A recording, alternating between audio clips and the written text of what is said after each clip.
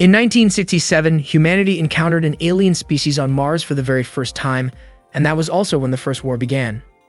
These aliens, whose goal was to wipe out humankind, were called the Betha. In response, humans began developing weapons to fight back. The first major battle took place on the Moon, where humanity deployed combat robots and heavy artillery against the Betha. Despite their efforts, they still couldn't stop the invasion. By 1973, human technology had advanced significantly, and the fight against the Betha continued. The aliens showed no mercy, relentlessly attacking humanity and attempting to take over Earth.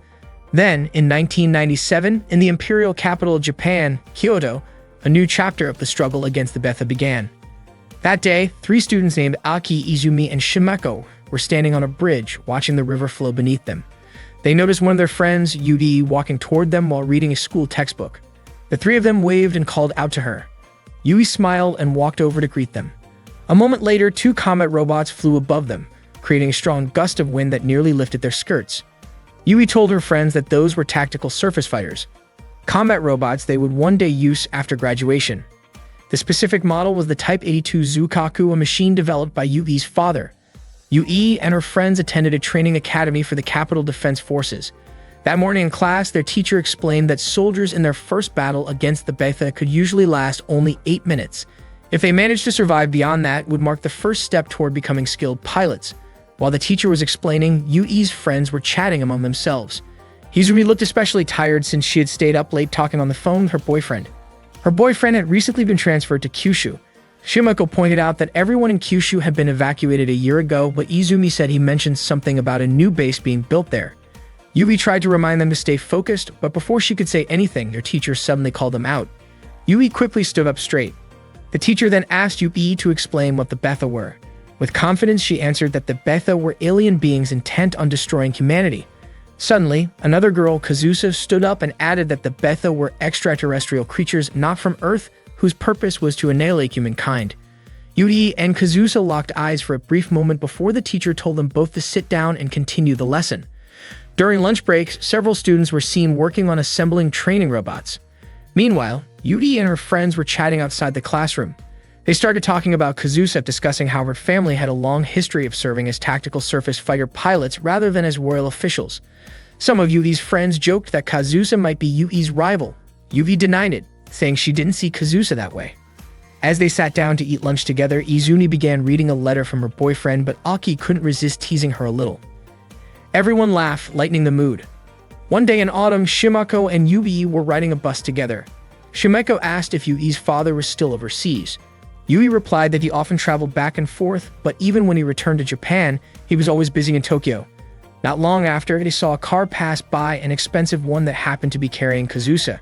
Seeing that, Shimeko sighed and said that families of high status should be setting better examples for ordinary citizens. Yui laughed, saying Shimeko sounded just like their teacher. When Yui finally arrived home, her face lit up with excitement. She saw several cars parked along the street near her house. Her uncle, Lieutenant Colonel Eiji, had come to visit. Yui immediately greeted him with a salute. Eiji was surprised to see how much she had grown and how capable she had become. He asked her to keep his visit a secret since his new posting hadn't been made official yet. He told her to just call him Uncle as usual. Eiji was curious how Yui had known he was there, and she explained that she noticed the security vehicles parked nearby. Eiji chuckled in disbelief, mentioning that he had specifically declined an escort. Yui laughed softly at his reaction. They sat down for tea, and Eiji shared a message from Yui's father. He wanted Yui to keep working hard in her training. Her father couldn't leave Ichigaya for the time being. Yui said she had already guessed as much and asked if it was due to an emergency situation, but Eiji didn't know the details. Yui was scheduled to begin her live training soon. Eiji explained that at the National Defense Training School, the students would practice using the Gekishin units, and once they graduated, they would be allowed to pilot the Zukaku. Both Gekishin and Zukaku were impressive tactical robots, but they still hadn't succeeded in defeating the Betha. It seemed they would need far more tactical surface fighters to handle situations like that. After hearing this, Yui asked for a chance to try one out herself. However, Eiji reminded her that while the country's defense was important, the idea of sending young girls to the front lines hadn't been considered yet, so she shouldn't rush things. Yui then asked how long Eiji planned to stay in Kyoto. Eiji told her he would return to Tokyo as soon as his work in Kyoto was finished. Eiji mentioned that he regretted missing out on Yui's mother's home-cooked meat dishes, and Yui innocently offered to cook for him next time. Eiji laughed softly and patted Yui's head before gazing up at the beautiful evening sky over Kyoto. That night, Eiji and his colleagues visited the Kubun residence to meet Yui. Yui asked why, out of all 5 noble families, Eiji chose to visit the Kubun family. Eiji said he wanted to show her something, then handed her a file containing information about a new weapon. Yui expressed her hope that this new weapon could finally bring an end to the war, and Eiji shared that same hope. The next day, Yui and her friends were in the changing room putting on their pilot suits. The suits were tight and form-fitting, which made Aki blush and say they felt a little embarrassing. Shimeko teased Amamiya, saying that a kid like her should be shy about something like that. Meanwhile, Kazusa kept staring at Yui. It was clear she really wanted to beat her. The students climbed into their tactical surface fighters and prepared their protective gear and weapons. Yui and her friends began activating their machines. Once ready, they launched into the air. Their instructor reminded them to stay as close to the ground as possible. Aki, however, flew her unit too high and triggered a height warning before colliding with a laser beam. After that, the instructor told them to switch to ground formation and engage mock enemies. The machines moved carefully, avoiding contact whenever possible, but an accidental collision occurred. The instructor declared that everyone had failed and ordered them to return to base, giving them a punishment of 10 laps around the field. Yui and her friends carried out the laps as instructed, then resumed their training. This time, they had to hold their positions and fire at targets ahead. The instructor urged them to keep fighting, reminding them that in real combat, those who gave up first would be the first to fall. During a training match, Kazusa faced off against Yui.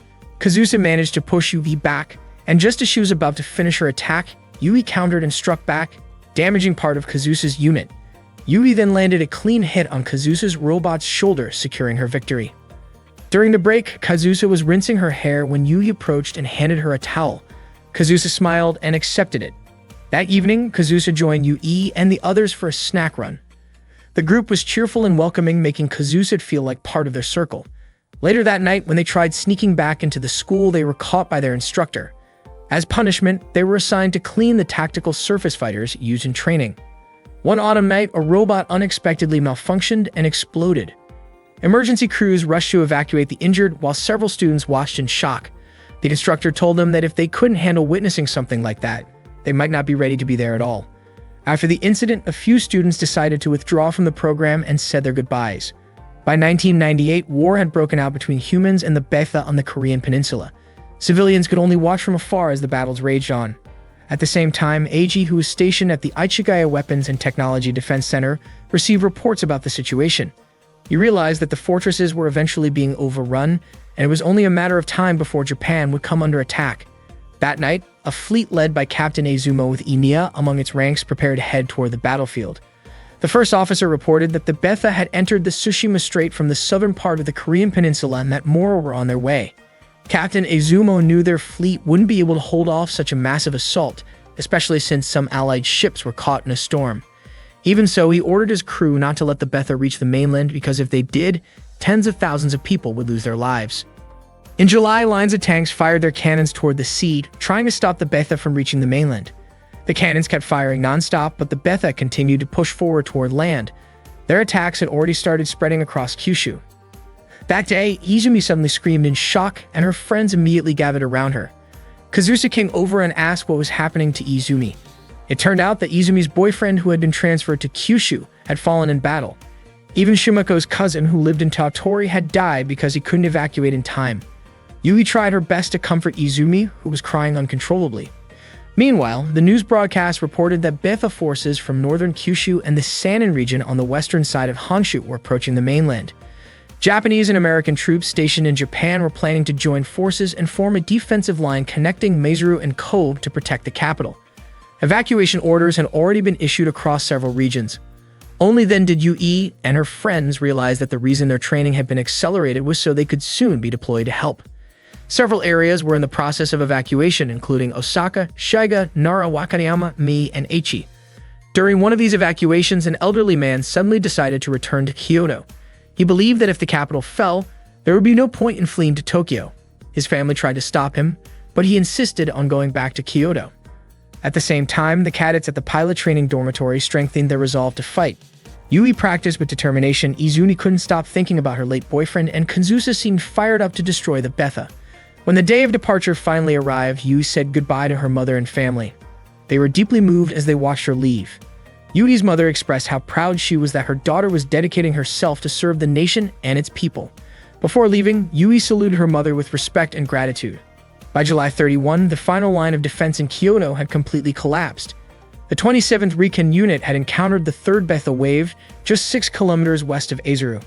The D-21 and A-19 Recon units had been shot down by laser attacks. At the same time, intense battles were taking place around Fukuchiyama. Because Yui and her team were still in training and lacked combat experience, their mission was to guard the Arashiyama base in Kyoto. They weren't allowed on the front lines since sending them there would only burden the other troops. Their most important duty was to protect the base at all costs. Although they understood that the decision made sense, being labeled as a burden still stung. Izumi especially couldn't let go of her desire to avenge her boyfriend's death. Suddenly, Kazusa rushed in and reported that the Betha had broken through the defensive line and were advancing toward Takagame, not far from their base. The group ran outside to see the battle for themselves. Sure enough, it looked like the defense troops were starting to get overwhelmed. When one of the mechs approached the base to resupply, it was suddenly hit by a laser strike and exploded. Yui and the others were stunned by what they saw. Yui couldn't help but think that the world might truly be heading toward collapse. It had been a long time since any country had even been able to count the number of casualties anymore. Then, a sudden emergency alert blared across the comms. Betha had been detected just 10 kilometers west of the base. Yui and her team immediately rushed to their tactical surface fighters. Shimeko was puzzled, wondering why the Betha had advanced so quickly and were now targeting the ammunition depot behind the front line. But Yui disagreed, saying that they were now the ones standing on the front line. The team activated their machines and began moving forward. Reports came in saying that more Betha were arriving in massive numbers. The leading force consisted of destroyer-class units, followed by grappler-class with the laser-class positioned in the rear. Yui hoped that she and her friends would make it through the battle safely. With determination in their hearts, they took off, flying straight toward the incoming assault. During the battle against the Betha, the squad leader ordered Yui to take command of the 2nd Tactical Surface Fighter Unit, which would focus on attacking the destroyer-class enemies. Meanwhile, the 1st unit, under the squad leader's direct control, was tasked with protecting the 3rd unit, which would concentrate on engaging the grappler class. The leader reminded everyone that if they saw any laser fire in the sky, they had to prioritize eliminating the laser-class enemies first. Yui and her teammates stood ready on the front line, waiting for the destroyer class to appear. Soon, Yui signaled that the enemy was approaching. The squad leader instructed her team to lure the Betha as close as possible and to stay below 100 meters in altitude. As the Betha forces closed in, the squad leader ordered a shift to the Arrowhead 1 attack formation. All tactical surface fighters advanced, preparing to fire in unison.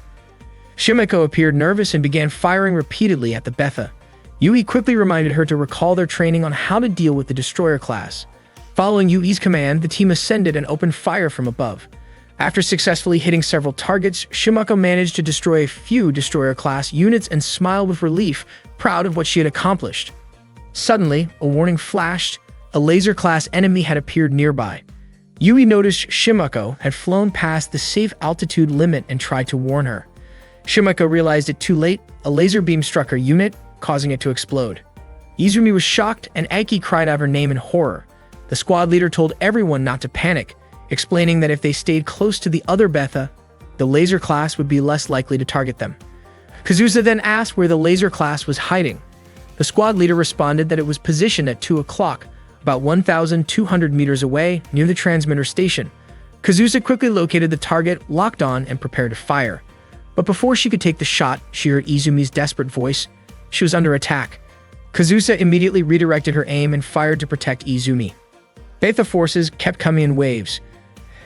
Aiki was also firing but soon ran out of ammunition. Just as Betha was about to overpower her, Yui rushed in and took it down just in time. The squad leader urged everyone to stay focused on their assigned targets and reminded them not to let the enemy reach the 3rd unit. The team continued to fire at the incoming Betha. Aiki drew her sword and slashed through several enemies. She felt a surge of relief, telling Yui that she had surpassed her 8-minute survival mark. But before Yui could respond, another Betha lunged at Aiki, destroying her unit in a fiery explosion. Yui was devastated by Aiki's death. Despite their losses, Yui and her teammates managed to destroy the laser-class enemies. The Betha force was temporarily pushed back, but soon another wave began approaching their position. The squad leader was confused. There was only supposed to be one enemy group. He tried to contact command for confirmation, but there was no response. Realizing something was wrong, he suspected that the main force might have been wiped out.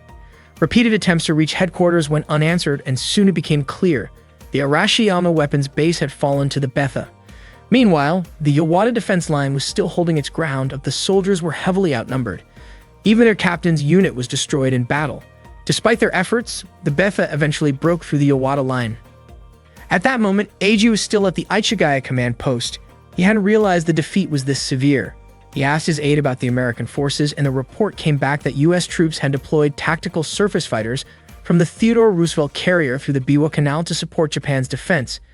Eiji was surprised by their sense of duty, though he doubted it would change the tide of battle. He thought the defenders might soon have to make some very difficult decisions. Above all, Eiji silently hoped that UB would survive the fight. Meanwhile, at Lake Biwa, the 2nd Naval Combat Boat Fleet, Owari, was preparing for battle. The admiral ordered his troops to ready their main weapons. At that moment, Yui and her team were still firing at the incoming Betha forces. One of the creatures leaped toward Yui, but she reacted quickly, pushing it back, stomping it down, and finishing it with a shot. Their situation grew worse as the number of Betha increased rapidly surrounding their position. Their ammunition began running low, and some had already run out. The squad leader realized their position was no longer strategic and ordered all units to retreat to Line 8. Yui's teammates started taking off, but she noticed that Izumi was still fighting, swinging her sword fiercely at the Betha. Yui called out, urging her to fall back, but Izumi refused. She wanted revenge for what she had lost. It wasn't until Yui mentioned Imiena's name and referred to her as a fellow pilot that Izumi finally followed orders and retreated with the others. The squad leader shouted for Yui's team to move faster as the Betha continued to chase them. Suddenly, a laser attack warning appeared. The squad leader told everyone to stay calm and keep their altitude low to avoid being hit. But then, in an instant, he was struck by a laser and went down. Izumi was shocked, wondering how that was possible since he had been flying so low. Kazusa suspected that the enemy had expanded their laser firing angle. The Betha kept closing in. The nearest safe zone was across the hill, about 120 seconds away. One by one, their teammates were shot down by laser fire. Izumi yelled for Yui to do something, while Kazusa begged her to take command so they wouldn't all die there. Yui immediately took over, ordering everyone to push their engines to the limit and fly as close to the ground as possible. They released anti-laser smoke, but the beams cut right through it, striking another member of the squad. Izumi shouted that it was useless, but Yui insisted that they couldn't give up. They kept flying low, but now only 3 of them were left. The timer showed 60 seconds. Then, out of nowhere, massive explosions erupted. It was naval artillery fire, targeting the advancing Betha forces. The admiral declared that a soldier's duty was to complete the mission, and that he alone would bear the responsibility for what came next. The bombardment wiped out the Betha that had begun invading the city and nearby residential areas. In the city, monks prayed for the safety of everyone still fighting. The civilians could only watch helplessly as their ancient capital, over 1,200 years old, was destroyed. Mecha units continued firing relentlessly to hold back the Betha. Yui tried contacting the command post, but their ammunition was completely spent. Izumi suddenly remembered something from school, how Betha were said to consume human bodies. The thought terrified her, convinced that they might soon share that fate. Yui told her to hang on, reminding her that the 3 of them had already survived past the 8-minute death limit. Izumi whispered her wish to someday avenge her boyfriend and her fallen friends. Yui reassured her that they could keep fighting, together with the rest of the forces still holding the line. Then Kazusa noticed something on the motion sensors.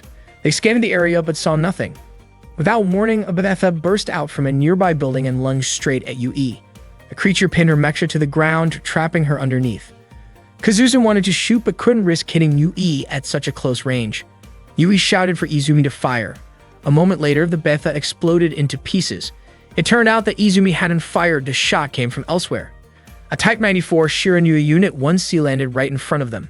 The pilot was their instructor. He told them that surviving past the 8-minute mark proved they were becoming real pilots.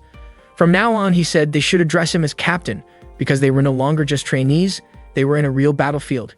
He promised to protect them and ordered them to head to Kyoto Station at Line 8, where they could regroup and restock ammunition. The 3 were reluctant to leave him behind, but he firmly insisted that they follow orders. Yui, Izumi, and Kazusa then took off toward Kyoto Station. Watching them go, the instructor hoped that one day he would see them again, as true, fully fledged pilots. As the Betha swarmed closer, he raised his weapon and opened fire, determined to hold them back no matter what. While Yui was flying, she occasionally glanced back to check on her instructor, who was struggling behind her. She wanted to help, but she couldn't. she had to keep moving forward. Yui contacted the command post to report that she and her teammates, the 2nd Arashiyama unit, would be entering from the west. Unfortunately, during their flight, a group of Fort-class Betha appeared and blocked their path, forcing the 3 of them to crash. Yui's tactical surface fighter was too damaged to operate any further, so she quickly got out and tried to contact Kazusa and Izumi. There was no response. Determined to find them, Yui kept moving through the wreckage until she found Izumi's TSF. But Izumi wasn't there, only a small photograph of her and her boyfriend remained inside. Yui pressed on, searching the area near the fallen unit. There were traces of blood everywhere, and when she followed them, she froze in horror. She saw Izumi's lifeless body being consumed by several soldier-class Betha. Yui immediately turned off her flashlight and tried to stay silent. Suddenly, Kazusa's voice came through the comms. Yui asked where she was and began heading toward her location. At that moment, Kazusa's TSF was surrounded by Betha, tearing apart its armor piece by piece. Inside, Kazusa was in pain, struggling to stay conscious while calling out to Yui. Desperation filled her voice as she begged Yui to end her suffering before the Betha reached her. Yui finally found Kazusa's unit, still being swarmed by the creatures. With trembling hands, Yui aimed her pistol at the Betha, ready to fire, but when Kazusa pleaded for her to shoot, Yui couldn't bring herself to do it. She screamed in anguish and pulled the trigger several times into the air, unable to point the weapon at her friend. Powerless, Yui fell to her knees, forced to watch as Kazusa was dragged away and killed. Just as the Betha turned toward Yui, a powerful blast hit the creatures, throwing her backward. A Take Mikazuchi Type TSF had arrived, its sword drawn as it descended. The unit landed with incredible force, slashing through the swarm and firing rounds that obliterated the remaining Betha nearby. Then everything went dark for Yui. When she woke up, she found herself in the student infirmary. Her body was weak, but she managed to step outside, only to be met with a sight that broke her heart. Kyoto had fallen. The city was nothing but ruins, completely overrun by the Betha. The world seemed to be ending, and human casualties had become impossible to count. Yui couldn't help but wonder if humanity was nearing total collapse. A nurse noticed Yui wandering outside and quickly called out to her, reminding her that she wasn't in any condition to walk around. The nurse gently brought her back inside. As they entered, the sound of a crying baby echoed through the room. Yui began to cry as well, prompting the nurse to ask if she was in pain. 3 years later, Yui was on a transport aircraft, staring out the window. She had made herself a promise, never to cry again. On the day she was rescued and treated at the infirmary, she swore she would never allow the world to fall into ruin ever again. One day, the robot piloted by Teresa was being targeted by the one controlled by Kriska and Inia. Teresa was caught off guard when Kriska managed to lock onto her position. She quickly took off, trying her best to evade the pursuit. Kriska seemed to enjoy it, hoping to see the colors of Teresa's desperation unfold. That same day, on May 2, 2001, a transport plane was flying over Alaska, carrying 2 American soldiers, Yuya and Vincent. Vincent pointed out the Yukon River to Yuya and asked what kind of challenges the Spirit of Alaska might have in store for them. Looking rather uninterested, Yuya replied that all he planned to do was eat salmon roe and sleep. Vincent couldn't believe his attitude. He reminded Yuya that they were representatives of the United States and should make their country proud. Yuya, however, dryly commented that it felt more like they had been demoted. Vincent mentioned that the Yukon base was home to tactical surface fighters from all around the world. Hearing that, Yuya recalled the days when he used to fight alongside his friends. Not long after, their plane began its landing approach, but suddenly, an alarm blared, signaling danger. Meanwhile, the battle between Teresa and Kriska continued. Teresa grew frustrated, wondering why she couldn't shake Kriska off her tail. A warning message came through ordering her to return to base. She ignored it, believing that if she stopped now, Kriska and Inia would surely defeat her. Back on the plane, Yuya rushed into the control room to find out what was happening. He learned that 2 tactical surface fighters had entered the training zone and were now flying dangerously close behind the aircraft. The pilot was confused about why they were maneuvering that way and began to panic as the situation grew more dangerous. Seeing the pilot's hesitation, Yuya firmly told him to stay calm and keep the plane steady. At that moment, Teresa fired at Kriska. Yuya took over the controls and instructed the pilot not to climb, insisting that they maintain a straight path to the runway. The 2 mecha continued their high-speed chase near the plane. Soon, Kriska locked onto Teresa's position again, which surprised her. Kriska felt a strange sense of satisfaction, knowing she had made Teresa nervous. When the plane finally touched down safely, the pilot sighed in relief, saying Yuya was definitely suited for the Yukon base. Teresa, however, was furious, frustrated that she couldn't outmaneuver Kriska. Kriska asked her command unit for permission to eliminate her target, but Enia quickly urged her not to take things too far. Despite that, Kriska fired another round from above, forcing Teresa's unit to crash. Yuya and Vincent hurried over to the crash site to make sure the pilot was safe.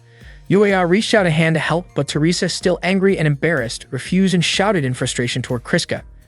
Meanwhile, Kriska reported to the command post that the opposing pilot had survived. She then flew back toward the base. Enia admitted that she was scared, worrying that Teresa might be seriously hurt. Kriska reassured her, saying that Teresa was fine and she had confirmed it herself.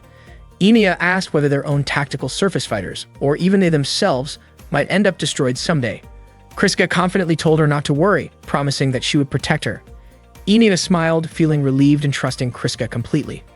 At the same time, Teresa, Yuya, and Vincent were being escorted to their dormitory. Vincent was amazed by the number of tactical surface fighters stationed there. He guessed that the base was truly serious about gathering top pilots and machines from around the world. With that kind of collaboration, he believed humanity would finally stand a chance against the Betha. The project, known as Prominence, was an international initiative to develop the next generation of tactical surface fighter technology. The United Nations had designated the Yukon base as a central hub for foreign military units that had lost their home countries, allowing them to continue research and development. The ultimate goal was to bring together test pilots and prototype mecha from every nation, creating a bridge for shared knowledge and technology in the advancement of tactical surface fighters. Teresa rolled her eyes at Vincent's excitement, teasing him for acting like he had never seen a tactical surface fighter before. She asked where he came from, and Vincent proudly said he was from Groom Lake, Nevada, home to one of America's biggest research facilities. Noticing the pilot insignias on Yuya's and Vincent's uniforms, Teresa asked if they were both pilots. Yuya confirmed it. Vincent then told Teresa she should thank Yuya, since without him, her crash might have been far worse. Yuya, however, said that Teresa had handled it herself. Curious, he then asked what kind of pilots the Terminator team were, but Teresa admitted she didn't know much about them either. Meanwhile, Yui was walking alone, feeling lost in the unfamiliar place she had just arrived at. Suddenly, Enia appeared and asked if Yui had lost her way. Enia then kindly showed her the right direction. Yui smiled, feeling a bit embarrassed for getting lost there. Enia was sure that Yui had just arrived, since the look and color of her uniform made it obvious to her. Not long after, Kriska showed up, and Enia immediately ran over to greet her. Yui finally reached the 3rd Allied Forces base, the Yukon Operations Command Center. That day, she was accompanied by Ibrahim as they headed toward a meeting room. Ibrahim introduced the members of their new team. 2nd Lieutenant Yuya, a skilled pilot from the U.S. Tactical Military School, 2nd Lieutenant Stella from Sweden, 2nd Lieutenant Vincent from Italy, 2nd Lieutenant Teresa from Nepal, and Lieutenant Yui herself, representing the Japanese Imperial Forces. Ibrahim, who came from Turkey, held the rank of lieutenant and served as the captain of the Argos unit. Ibrahim explained that their team would be participating in the development of the XFJ project. Suddenly, a man walked in and said that the XFJ project was a joint development effort by the Boeing Corporation based on Japan's Type 94 tactical robot model. Ibrahim introduced the man as Frank, a technical advisor from Boeing. He then explained that the purpose of the day's training was for all XFJ project members to get to know each other better. Valerio asked if they were going to infiltrate Lilfort, but Ibrahim denied it. Instead, he said they would take on something more challenging, Case 47, which involved a region filled with laser-class Betha units. Yuya quietly looked around at his teammates and realized that Italy, Sweden, and Japan were all countries that had lost territory to the Betha. He began to think that this project wasn't simply about cooperation between the US and Japan. Ibrahim then divided them into teams. Team A consisted of Valerio and Teresa, while Team B included Stella and Yuya. Yuya was assigned to take the captain's tactical robot for the mission. Teresa immediately questioned why Yuya was using the captain's unit. Ibrahim explained that Yuya was the lead pilot for the XFG project. Teresa didn't seem to take it well and questioned why Yuya was chosen as the main pilot. Ibrahim simply told everyone to prepare their tactical robots by 1325. Afterward, Teresa and Stella changed into their pilot suits in the locker room. Teresa complained about Yuya being the captain and said she felt sorry for Stella for having to look after the newcomer. But Stella thought Yuya seemed decent enough. Teresa was surprised that someone like Yuya fit Stella's type, but Stella just smiled. Confidently, Teresa said she could beat Yuya in less than 30 seconds. Stella advised her not to underestimate him, reminding her that Yuya was a Raptor test pilot. Teresa brushed it off, saying it didn't matter, and claimed she would make sure Yuya passed Argos' so-called initiation. Meanwhile, Valerio asked Yuya what brought an elite American pilot to the base. Yuya replied that there were many reasons for him being there. Suddenly, Teresa approached them, clearly upset. She protested that she couldn't accept Yuya piloting the captain's unit, even though it was a direct order. Hearing her complaints, Yuya calmly offered to let her take the captain's unit instead. Teresa, irritated, asked if Yuya thought he was better than her. Yuya replied that he had never actually operated a captain's unit before, so he would rather use his standard tactical robot. Teresa said she would switch with him if that was what he wanted. Yuya agreed and began walking away. Still annoyed, Teresa followed him and told him he should be thankful that she was willing to switch. Yuya gently patted her head before leaving. Teresa fumed and shouted that he shouldn't come crying to her later if he regretted it. Yuya climbed into his tactical robot and Vincent immediately scolded him for switching units without thinking about the mechanics involved. Yuya replied that the system error rate of a tactical robot was only about 1%, then complimented Vincent's skill. Vincent smiled proudly, claiming to be the best mechanic in the world. After that, Yuya said his goodbyes and began the launch sequence. The tactical robot moved forward and took off. At the same time, Ibrahim, Yudi, and Frank monitored the mission from the command center, while the control post guided their tactical training through the operation. At that time, the Argos team had already entered the training arena. Yuya asked if Stella had seen their opponent, but she hadn't yet.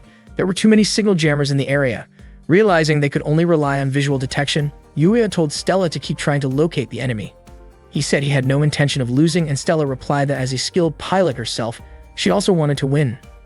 Moments later, Valerio locked onto Yuya's position. Noticing the danger, Yuya quickly evaded while Valerio kept firing and teasing him, calling him Top Gun, because American weapons were known to be some of the best in the world.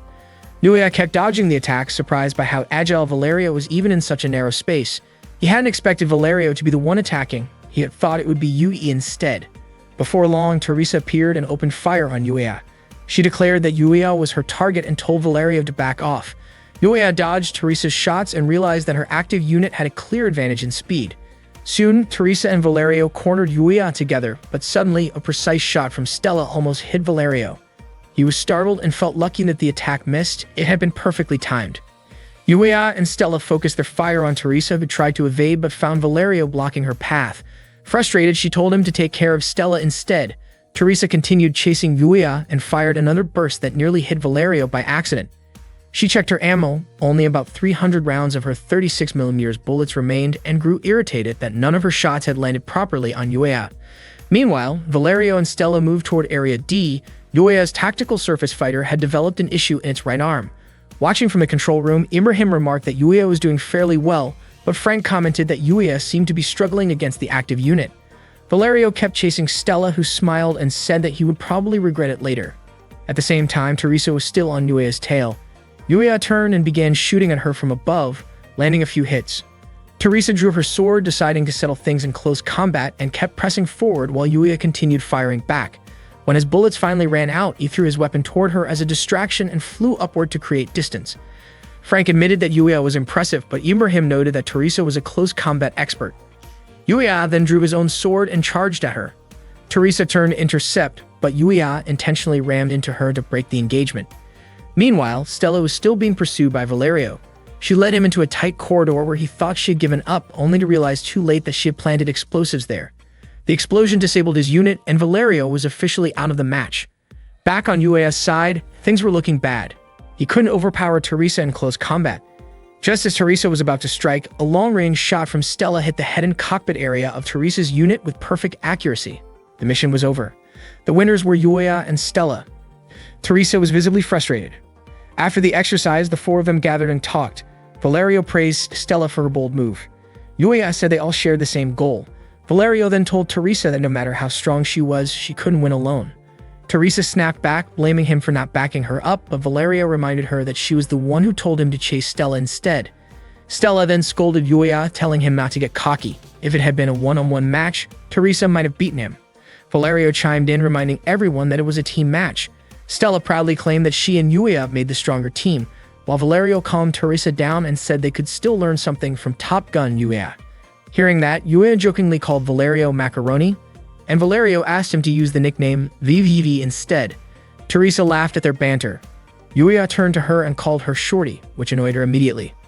Vincent showed up and was amused that Yuya had already started giving out nicknames again, saying that Yuya definitely had a talent for that. Stella then asked for a nickname of her own. Valerio was about to make a teasing comment, but Yuya quickly stopped him and instead called Stella Venus. She looked flattered, and everyone burst into laughter. From a distance, Ibrahim quietly watched their cheerful camaraderie. Valerio then officially welcomed Yuya as the newest member of the Argos team. One day, Yuya was training alone with his tactical surface fighter. He flew over the forest, but it seemed like he was having some trouble. To him, the machine felt way too sensitive, and he even started to suspect it might be malfunctioning, since it was so hard to control. Eventually, he lost balance and fell. After that, Yuya returned to the base. Vincent immediately walked up to him and handed him a drink, curious as to why Yuya was back so soon when his training wasn't even finished. Yuya explained that the tactical surface fighter was difficult to handle, then muttered something about a Japanese doll that annoyed him. Vincent asked if he meant Yugi by that. Yuya said that back at his house there used to be an old traditional Japanese doll. It looked like a person but had a pale, lifeless face that used to scare him as a kid. Vincent couldn't help but laugh after hearing that. He then explained that Japanese and American tactical surface fighters were built with completely different designs and combat styles, so it was natural for Yuya to have a hard time adjusting. That made Vincent realize why Yugi had insisted Yuya train with a Japanese-made unit before the Type 94 Shirinu was ready for use. Earlier, Yugi had asked Yuya to train using the Type 97 Fubuki. Yuya was clearly annoyed when she told him that, wondering if she hadn't even looked at his records. Yui noticed how upset he was, but Yuya told her she had no reason to be irritated over something like that. Yudi asked if his attitude had anything to do with his feelings about the mission, but Yuya denied it. When she asked if he had a personal issue with her, he denied that too. Yudi then told Yuya to fix his attitude because his behavior had been quite disrespectful. Yuya coldly asked if that was an official order from the XFJ project or if Yui was just using her position for her own satisfaction. Yui didn't care how he saw her. What mattered to her was that he corrected his behavior. Meanwhile, Stella, Teresa, and Valeria were watching their conversation from a distance. Teresa couldn't believe how tense the atmosphere had become. Valerio understood how Yuya felt, but also noticed how much Yuya seemed to enjoy teasing Yui. Stella was confused. After all, both of them were Japanese. Vincent then explained that actually both he and Yuya were American. Yui was surprised considering Yuya had dual nationality, American and British, but since he also had Japanese heritage, she felt his attitude reflected poorly on Japan. Yuya got irritated when she said that. Yui simply told him to make sure he was comfortable with the Fubuki before the next training session. Yuya insisted that he considered himself American. Vincent later admitted he thought Yuya was about to hit Yui during their argument, but Yuya made it clear that he would never raise his hand against a woman. Vincent joked, asking if that was part of a Japanese code of honor, like Bushido. Then he reminded Yuya that it wasn't just about controlling the tactical surface fighter. Each machine reflected the mindset of the people who built it. If Yuya wanted to master a Japanese unit, he had to start by understanding how Japanese people think. Vincent encouraged him to take another flight since they would be training with other units the next day. The following day, Argos flight began their training session. The command post reminded them to maintain altitude and increase their speed. Teresa asked Yuya how his training with the Japanese unit was going. Yuya said he had no problems and was confident he could handle any kind of tactical surface fighter. Teresa challenged him to prove it. Stella smiled and said the goddess of victory would surely be on his side. Hilaria reported that the Scarlet Twins had arrived. Teresa immediately grew tense, wanting to prove who was in charge.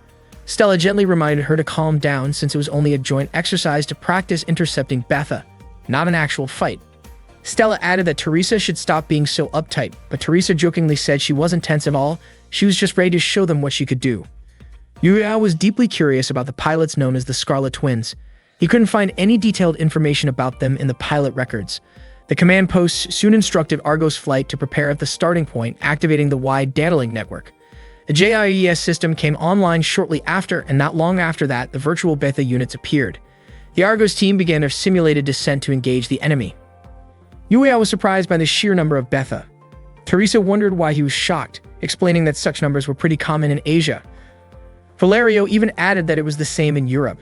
The mission started. Stella asked what formation they should take, and Yuya instructed them to approach using the Arrowhead 1 formation.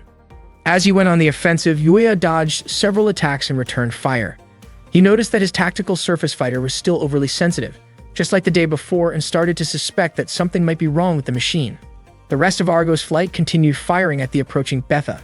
Suddenly, Yuya was surrounded. Valerio wondered how that could happen and suspected a technical malfunction. Yuya struggled to control his unit, frustration building with every movement.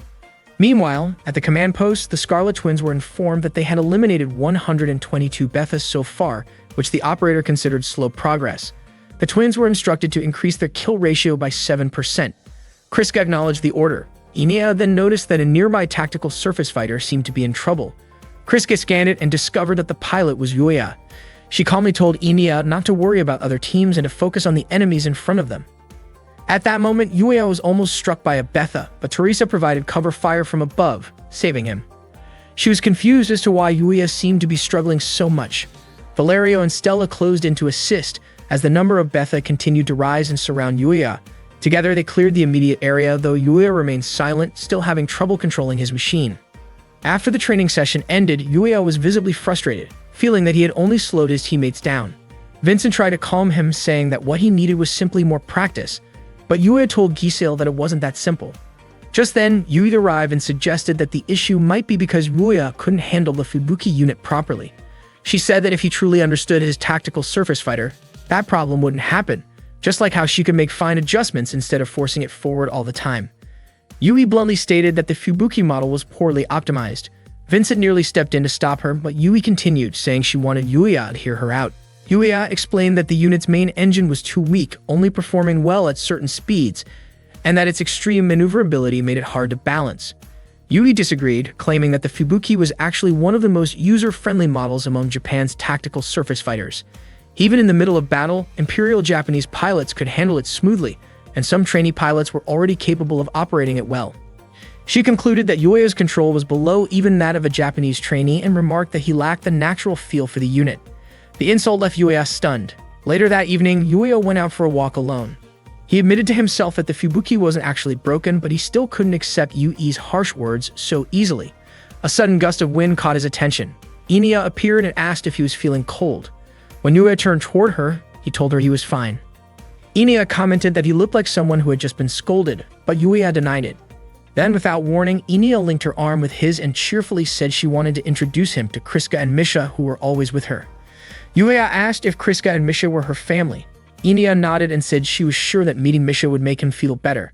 She then gently pulled Yuya along with her. Meanwhile, Teresa and Stella were taking a shower after training. Teresa couldn't figure out what was going on with Yuya. Stella thought that the Japanese tactical surface fighters were quite different from others, and that they should help Yuya until he got used to them. Teresa suggested they invite Yuya out for a drink to help him relax and forget about his troubles. Stella teasingly asked if Teresa was trying to cheer him up, and Teresa, embarrassed, quickly denied it, saying she only wanted to mess with him a little. Suddenly, Valerio's voice came from nearby saying it wasn't a bad idea. Teresa and Stella were both startled to find him there. Teresa immediately rushed toward Valerio, scolding him and throwing him out of the changing area. Meanwhile, Eniel led Yuya to a hidden place with Russian letters written on the walls. She asked Yuya to keep following her. Yuya wondered if he was even allowed to enter that area as they walked through a long corridor and took an elevator. He still couldn't figure out what kind of place it was. Once they reached a small room, Inia picked up a teddy bear from her bed and showed it to Yuya. That's when he realized that the bear's name was Misha. Inia then told Misha to greet Yuya, which left him surprised. He was confused about how Inia knew his name since he hadn't introduced himself yet. Suddenly, Kriska appeared and pointed a gun at Yuya. Inia quickly stepped in front of him, trying to stop Kriska from pulling the trigger. When Yuya was a child, he once overheard his grandfather scolding his mother for trusting a Japanese man, who happened to be Yuya's father. His mother defended him, saying it wasn't his father's fault and that she never regretted meeting him. Yuya's grandfather believed Japanese people were cunning and untrustworthy, claiming that his daughter had been deceived and abandoned. However, his mother insisted that Japanese people also had good qualities: kindness, politeness, and diligence. Growing up, Yuya was often isolated by other kids because of his mixed heritage. He started to believe that Japanese people were deceitful and tended to attack from the shadows. One day, he asked his mother why everyone avoided him. Suddenly, in his dream, his mother turned into a Japanese doll and told him he had brought shame upon Japan. Yuya then woke up from his nightmare. At that moment, he found himself in a prison cell, having been captured earlier by Soviet forces. He wondered who Inia and Kriska really were. He didn't think he would be dismissed just because of what had happened, not after everything he had done so far. News of his arrest soon reached Yui. When Soviet soldiers came to interrogate him, they prepared to inject him with something. They mocked him, questioning why a lowly Japanese man had ended up in the restricted area. Yuya protested, saying he wasn't Japanese. The Soviets knew he was an American soldier, but they also knew about his Japanese bloodline. Yuya grew frustrated, wondering why people still labeled him that way no matter where he went. As the soldiers came closer, he shouted for them to stop. Moments later, an officer entered the room and whispered something to the soldiers. Shortly after Yuya was released, his teammates came to pick him up and take him back. During the ride, Teresa laughed at Yuya, saying he looked like a lost baby chick. Yuya, still annoyed, called Teresa short as usual, though he could smell the alcohol on her breath. Valerio said he was relieved that Yuya got out safely. Stella added that it was Yui who had informed the authorities about Yuya's situation and handled all the UN paperwork for his release. Yuya guessed it was because he had missed a scheduled training session. Stella mentioned that Teresa had been yelling in the hangar, demanding to go save him. Teresa turned red and tried to brush it off, saying she just wanted to invite him out for drinks. Yuya muttered that he had no reason to thank that Japanese doll Yui, but he did apologize to his team for all the trouble he caused that day. His friends burst out laughing, with Teresa teasing him non-stop. The group spent the rest of the ride laughing together. That night, Yuya stood quietly, staring at the tactical surface fighter. He thought about Vincent's advice to understand the Japanese mindset if he wanted to truly master a Japanese TSF. Suddenly, Yuri appeared. Yuya told her he had no intention of thanking her. He suspected she only helped because she didn't want to lose someone who could pilot what he called a trash TSF. Yui didn't react to his sarcasm. She told him that during real combat, he wouldn't get another chance to escape like he did in the simulation. She explained that while teamwork might work in a mock battle, it was a different story in the field. Yuya admitted he was embarrassed about what happened earlier and couldn't believe Yui referred to that day's drill as a game. Yui calmly explained that it was a game, because in a simulation, they knew the enemy's numbers, abilities, and every possible move. Against the Betha, though, nothing could ever be predicted. They were countless, powerful, and overwhelming in numbers. Yet Yuya still blamed his TSF for his failure. Yui reminded him that their predecessors had managed to hold the line against the Betha even with less capable TSFs. Yuya asked whether relying on tricks and clever tactics to develop those machines, something Japanese engineers often did, wasn't also just playing around. Later that night, Inia and Kriska relaxed together in a hot bath. Inia couldn't stop thinking about Yuya and admitted she was curious about him. Kriska told her not to worry about Yuya and warned her not to get too close, saying that their family only consisted of the two of them. Inia replied that Misha was also part of their family. She smiled, saying she loved feeling the warmth of being with Kriska, and wondered why Yuya and Yui always seemed so cold toward each other. That day, Yuya was training to pilot a Japanese tactical surface fighter. He was flying it through a long underground tunnel, and the machine's sensors kept warning him to stay centered. But Yuya was clearly struggling. He kept pushing forward at high speed, sometimes even scraping the tunnel walls. The machine was harder to control than the Type 97 model. The command post reported that he had passed checkpoint 4 minutes and 52 seconds behind schedule. Yuya looked frustrated. The tunnel was full of sleeper drifts that made maneuvering even harder. He adjusted the proximity line and lowered the pilot's safety settings to the minimum. He refused to let the machine beat him again. He kept firing at simulated enemies and pushed the throttle to soar upward, bursting out of the tunnel into open air. When Yuya returned to base, Vincent immediately approached him. He couldn't believe Yuya had turned off the pilot's safety systems again. Yuya said that even so, it saved him 25 seconds. A moment later, Yui walked over and asked if he had anything he wanted to say. Yuya admitted that he thought he had already mastered the handling of Japanese-made tactical surface fighters based on the Type 97, but he realized he was wrong. This new one was even more unstable than before. Yui explained that the Type 1C tactical surface fighter was based on the Type 2 and was designed with a full focus on combat capability.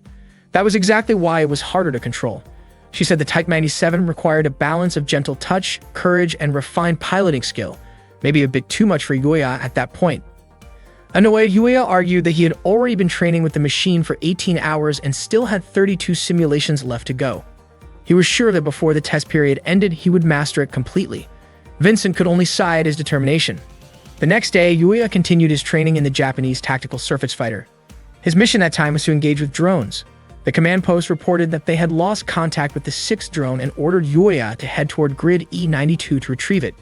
He realized that Soviet forces were using E92 for their own training, so he needed to act fast before things got complicated. Yuya flew toward E92 and spotted the missing drone. But before he could get to it, the drone exploded, shot down by another tactical surface fighter. The pilot turned out to be Kriska. She told Yuya to back off since the area was under Soviet training jurisdiction. They even warned they would open fire if he got any closer. Yuya calmly explained that he only wanted to retrieve the lost drone.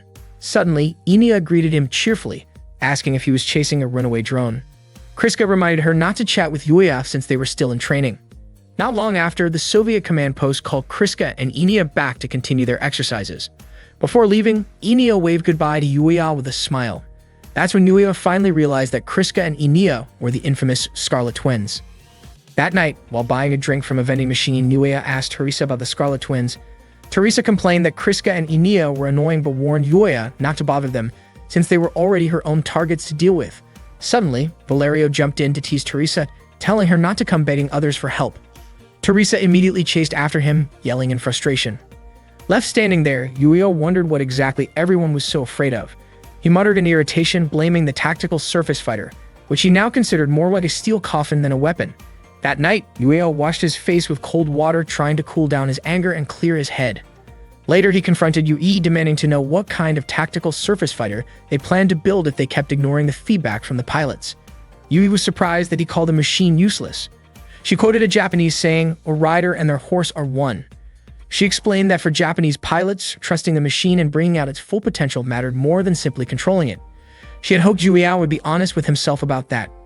Yuya replied that test pilots also risked their lives to create machines they could trust, and that was his pride as a pilot. He refused to let another pilot die in a tactical surface fighter he had tested. Yui, however, told him that his pride didn't matter and walked away. Confused, Yuya asked why she was leaving like that. Yui turned back and said the XSG project wasn't made to satisfy a test pilot's pride. His obsession with American-style design was practically taking over the project. She told him not to disappoint her again. Yuya shouted back in anger, but Valerio quickly stepped in to calm him down. Still, Yuya couldn't accept being accused of trying to take over the project. The next day, Yuya and his friends went out for drinks at a bar. Teresa vented her frustration by chugging her drink, and Yuya couldn't help wondering what was bothering her. Stella smiled and said that Teresa was upset because of what had happened to Yuya earlier. Apparently, Vincent had to stop Teresa when she got emotional after seeing Yuya argue with Yui. That was when Yuya realized that his friends had actually seen the whole argument. Valerio mentioned that Yui came from a noble samurai family and was also a member of the Imperial Royal Guard, one of Japan's elite units. Teresa then told everyone to drop the topic, reminding them that the night was supposed to be Yuya's welcome party. They all raised their glasses and toasted to Yuya's arrival in Alaska. A moment later, the bar waitress brought them some snacks. While leaning over the table, her large chest accidentally pressed against Teresa's head. She casually asked if they wanted to order their usual menu. Valerio teased her, joking that he wanted to order 2 big melons. The waitress, a cheerful French woman named Natalie, turned to Yuya and said it was her first time seeing him. She introduced herself and Yuya shook her hand with a polite smile. Teresa, flustered, complained about Natalie's chest being too close to her.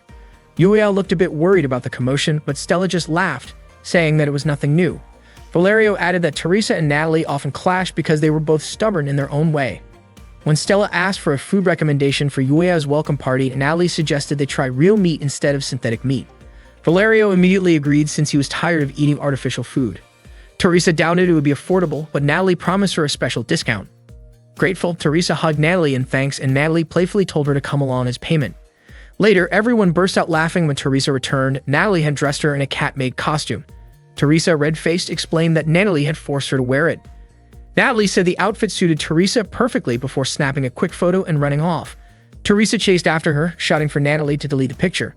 Valerio chuckled and began reminiscing about when Teresa had first arrived in Alaska. Back then, she never smiled and always looked gloomy.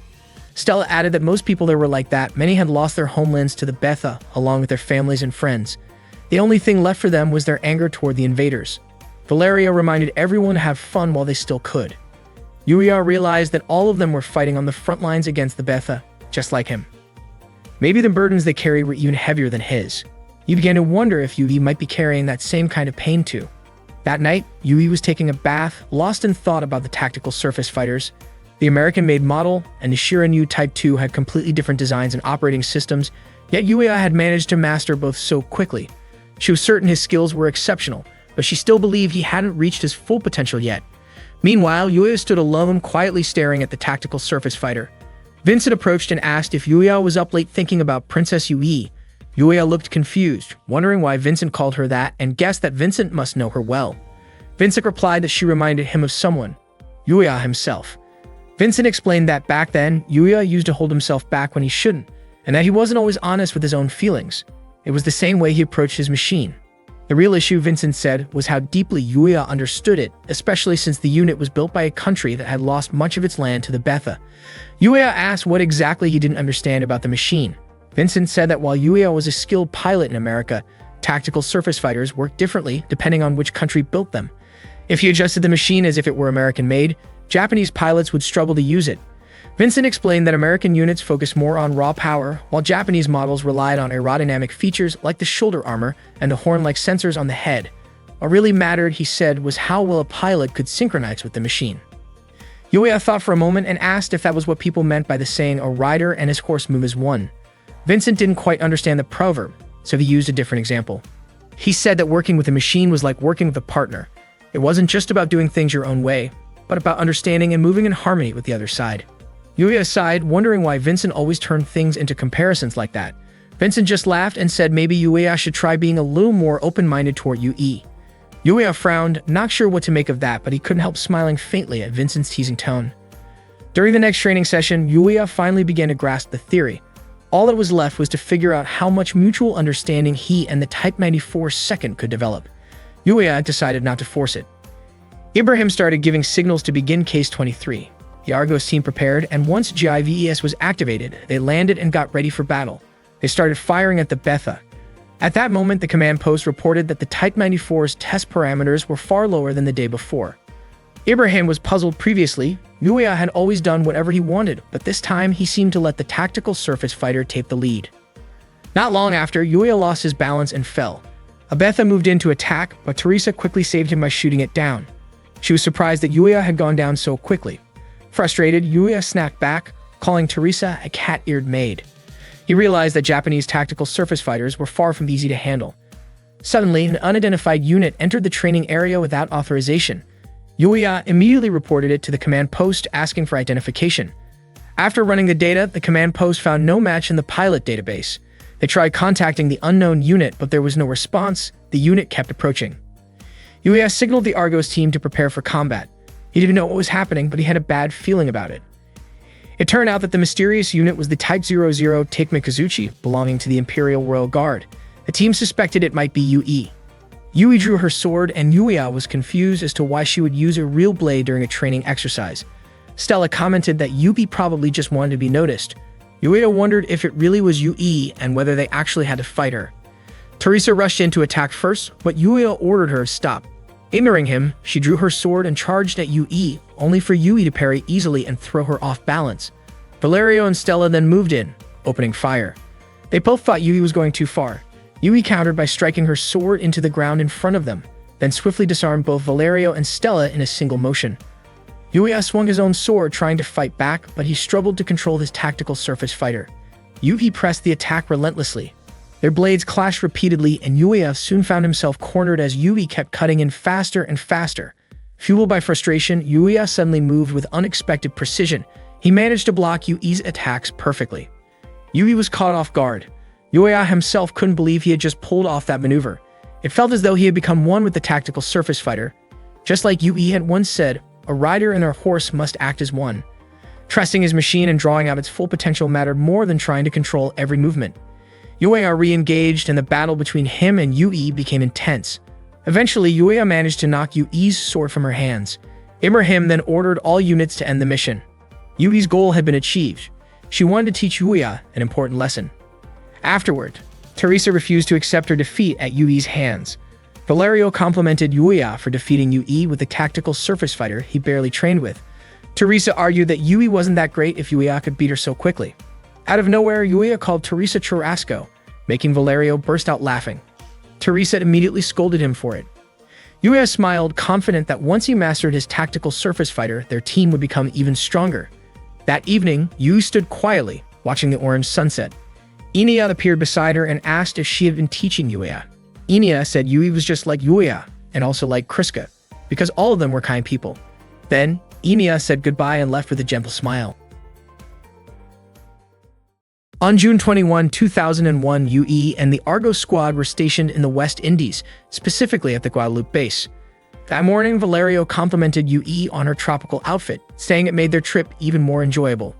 Yuya asked if Valerio had come there just to have fun, and Valerio replied that half of their training felt like that anyway.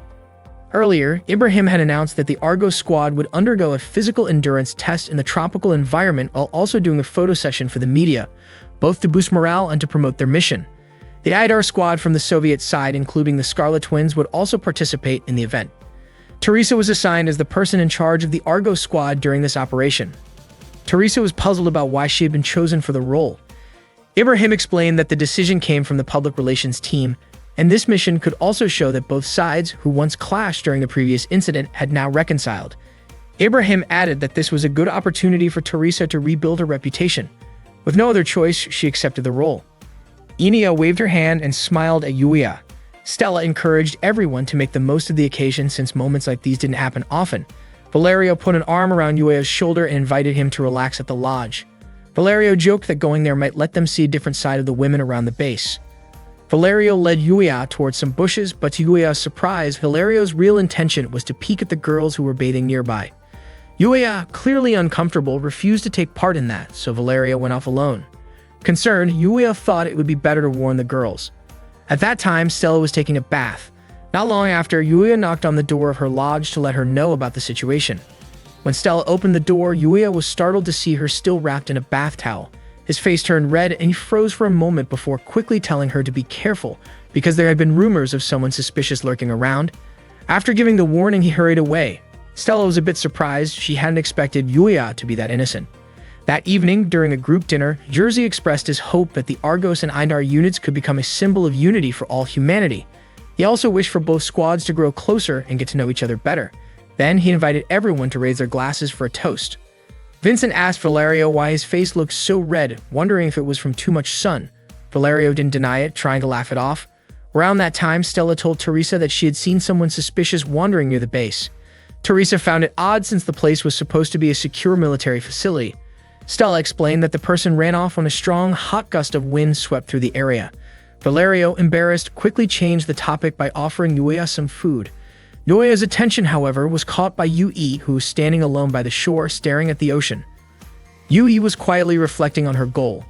She had wanted to train Yuya to fight using the tactical surface fighter, but in the process, she might have hurt other pilots. She found it troubling since the Active Eagle was never designed for close combat. If her emotions had influenced her actions, she felt she had failed as the head developer. Suddenly, a commotion broke out between Teresa and Enia. Teresa was upset because Enia had thrown away the food she offered her. Enia said she didn't need it. Teresa argued that she was just trying to be kind, but Enia didn't seem to appreciate it. Enia said she was only there to follow orders and refused to eat the meat Teresa gave her. She added that Teresa liked to yell because she was insecure, and that shouting wouldn't scare her. Kriska stepped in and gently pulled Enia away while Vincent and Valerio tried to calm Teresa down. Kriska suspected it might have been some kind of misunderstanding and wondered what Teresa was trying to do. Enia said she simply had a bad feeling about Teresa. Stella, observing from a distance, commented that it seemed like the Russian pilots couldn't understand simple kindness, and she wondered if Kriska and Enia had any intention of getting along with the others. Kriska responded that she and Enia were only there to fulfill their duties. Then she took Enia and left. Teresa shouted after them, saying their argument wasn't over yet. Ibrahim stepped in and reminded everyone to calm down and remember why they were there in the first place. Teresa admitted that she just couldn't get along with people like Kriska and Enia. The next morning, the girls put on their bikinis and played beach volleyball together. Jerzy gathered everyone for a friendly competition. After deciding teams with a quick round of rock, paper, scissors, they split into two groups, one for the rubber boat race and another for beach volleyball. Enia started crying because she didn't want to be separated from Kriska. Kriska gently reminded her that this was part of their assignment, but Enia still refused to join. She said the ocean scared her and clung tightly to a palm tree. Kriska kept trying to convince her to participate, but Enia wouldn't budge. Teresa couldn't understand why Enia was acting that way. When it became clear that Enia wouldn't take part, Kriska and Yui both volunteered to join the race in her place. Teresa happily agreed and told them to enjoy the boat race. Yui and Kriska climbed into the inflatable boat and started paddling together. Meanwhile, Vincent was rowing with Yuya. Vincent had actually wanted to play beach volleyball, but since the teams had already been decided by rock, paper, scissors, he went along with it. At that time, Valerio was already playing volleyball with the others. As Vincent and Yuya rowed, they noticed something strange about Yui and Kriska's boat. It looked like something was wrong. Concerned, Yui jumped into the water and started swimming toward them. She asked Vincent to go back to the island and tell the others what was happening, while Yuya would check on Yui and Kriska himself. Kriska's body had gone weak. Yui begged her to hold on, calling her name again and again, not understanding what was happening. Before long, Yuya reached their boat. He was shocked to see Kriska's condition. Yui explained that Kriska had suddenly fainted.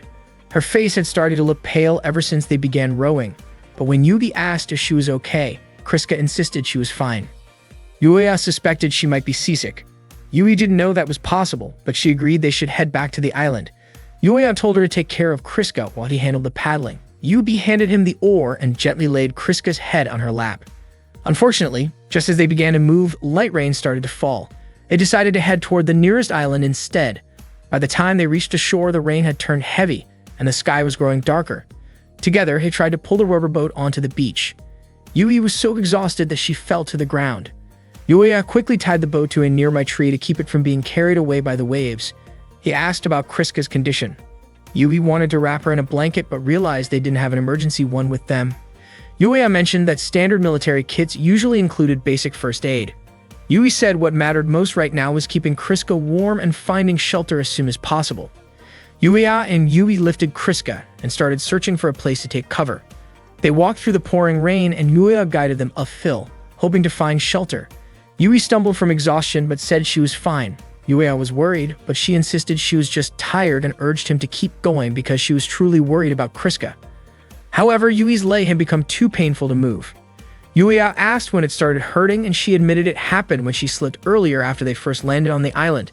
It hadn't hurt much at first, but the pain had gradually worsened. Yui told Yuya to go ahead and apologize for slowing him down. She asked him to carry Kriska first, saying she would catch up later. She didn't want to see Kriska left like that. Yuya nodded and carried Kriska in his arms, promising to return soon. Yui tried to stop him from coming back right away, reminding him to build a fire first so Kriska could stay warm. After they left, Yui tried to stand but couldn't. The pain in her leg was too strong. She felt embarrassed. All this trouble just because she had slipped. Her body started to feel feverish and eventually she drifted off asleep. In her dream, she saw Kazusa calling out for help. The nightmare was so vivid and frightening that it startled her awake. Yui tried to walk again, but after only a few steps, she stumbled and fell. Not long after, Yuya came running and called out for her not to push herself too hard. He apologized for making her wait so long. Yui was surprised to see Yuya return and asked about Kriska's condition. Yuya told her not to worry and immediately checked her injured leg. The swelling was worse than he expected. Yui questioned why Yuya would leave someone unconscious alone, but Yuya said he didn't have time to explain. Yui then told him to go back to Kriska, saying she could manage on her own. Yuya, however, told her to stop pretending to be strong when she was clearly struggling to even move. He said Yui always prioritized the mission over herself. Even though he was right there beside her, she still wanted him to go back to Kriska.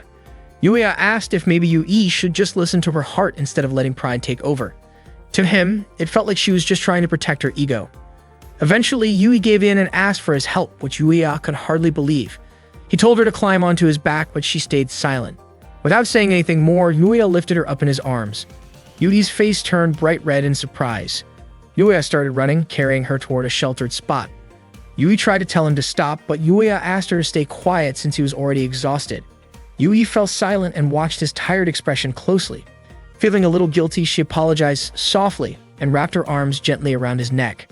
The sudden gesture made Yuya tense up, caught off guard by her closeness. After walking for a while, they finally reached a place where they could rest. They sat beside a small campfire to warm themselves. By then, Kriska's condition had become more stable, though they still didn't know what had caused it, so they remained cautious. The island was only about 13 minutes away from the base by tactical surface fighter or helicopter, so Yuya was confident that they would be found soon. During the quiet moment, Yui wanted to ask Yuya something. She didn't mean to pry into his personal life, but she was curious about his relationship with Kriska. Yuya was puzzled by the question, and Yui explained that she was simply wondering why he called Kriska by her first name. Yuya said there was nothing special between them. When he was captured at the Soviet base, the pilot who was with him had called her by that name, and he had just gotten used to doing the same. Yui then asked about his relationship with Inia. Yuya asked if Yui was uncomfortable about it, which made her blush in embarrassment. Yuya wondered if Yui was suspicious of him, if she thought he had leaked information to the Soviets. Yui quickly denied it, saying she had never doubted him, but she couldn't find the right words to explain herself. She admitted that maybe she shouldn't have brought it up at all. Yuya, still curious, went outside to check the surroundings since the rain had finally stopped. Meanwhile, Yui felt embarrassed and foolish for asking him about Kriska in the first place. Just then, Kriska woke up, murmuring Inina's name. Yui gently told her not to move too much and asked how she was feeling. After hearing what had happened, Kriska felt deeply grateful to both of them. Yui told her it wasn't her fault, it had all been because of the bad weather. Kriska then asked where Yuya was, and Yui explained that he was checking their inflatable boat and would be back soon. Before Yui could say more, Kriska quietly admitted that she wanted to ask something personal. She said Yuya had caught her attention and asked Yui to tell her more about him. The question startled Yui, leaving her momentarily speechless. At that same moment, Yuya was down by the shore, lost in thought. He wondered why Yui always managed to confuse him, why she couldn't just say what she really meant. The more she held back, the more curious he became. Suddenly, he noticed that the inflatable boat was gone. The spot where he had tied it was empty. It looked like the strong waves had snapped the rope and carried it away. That night, the heavy rain kept pouring and the wind blew fiercely.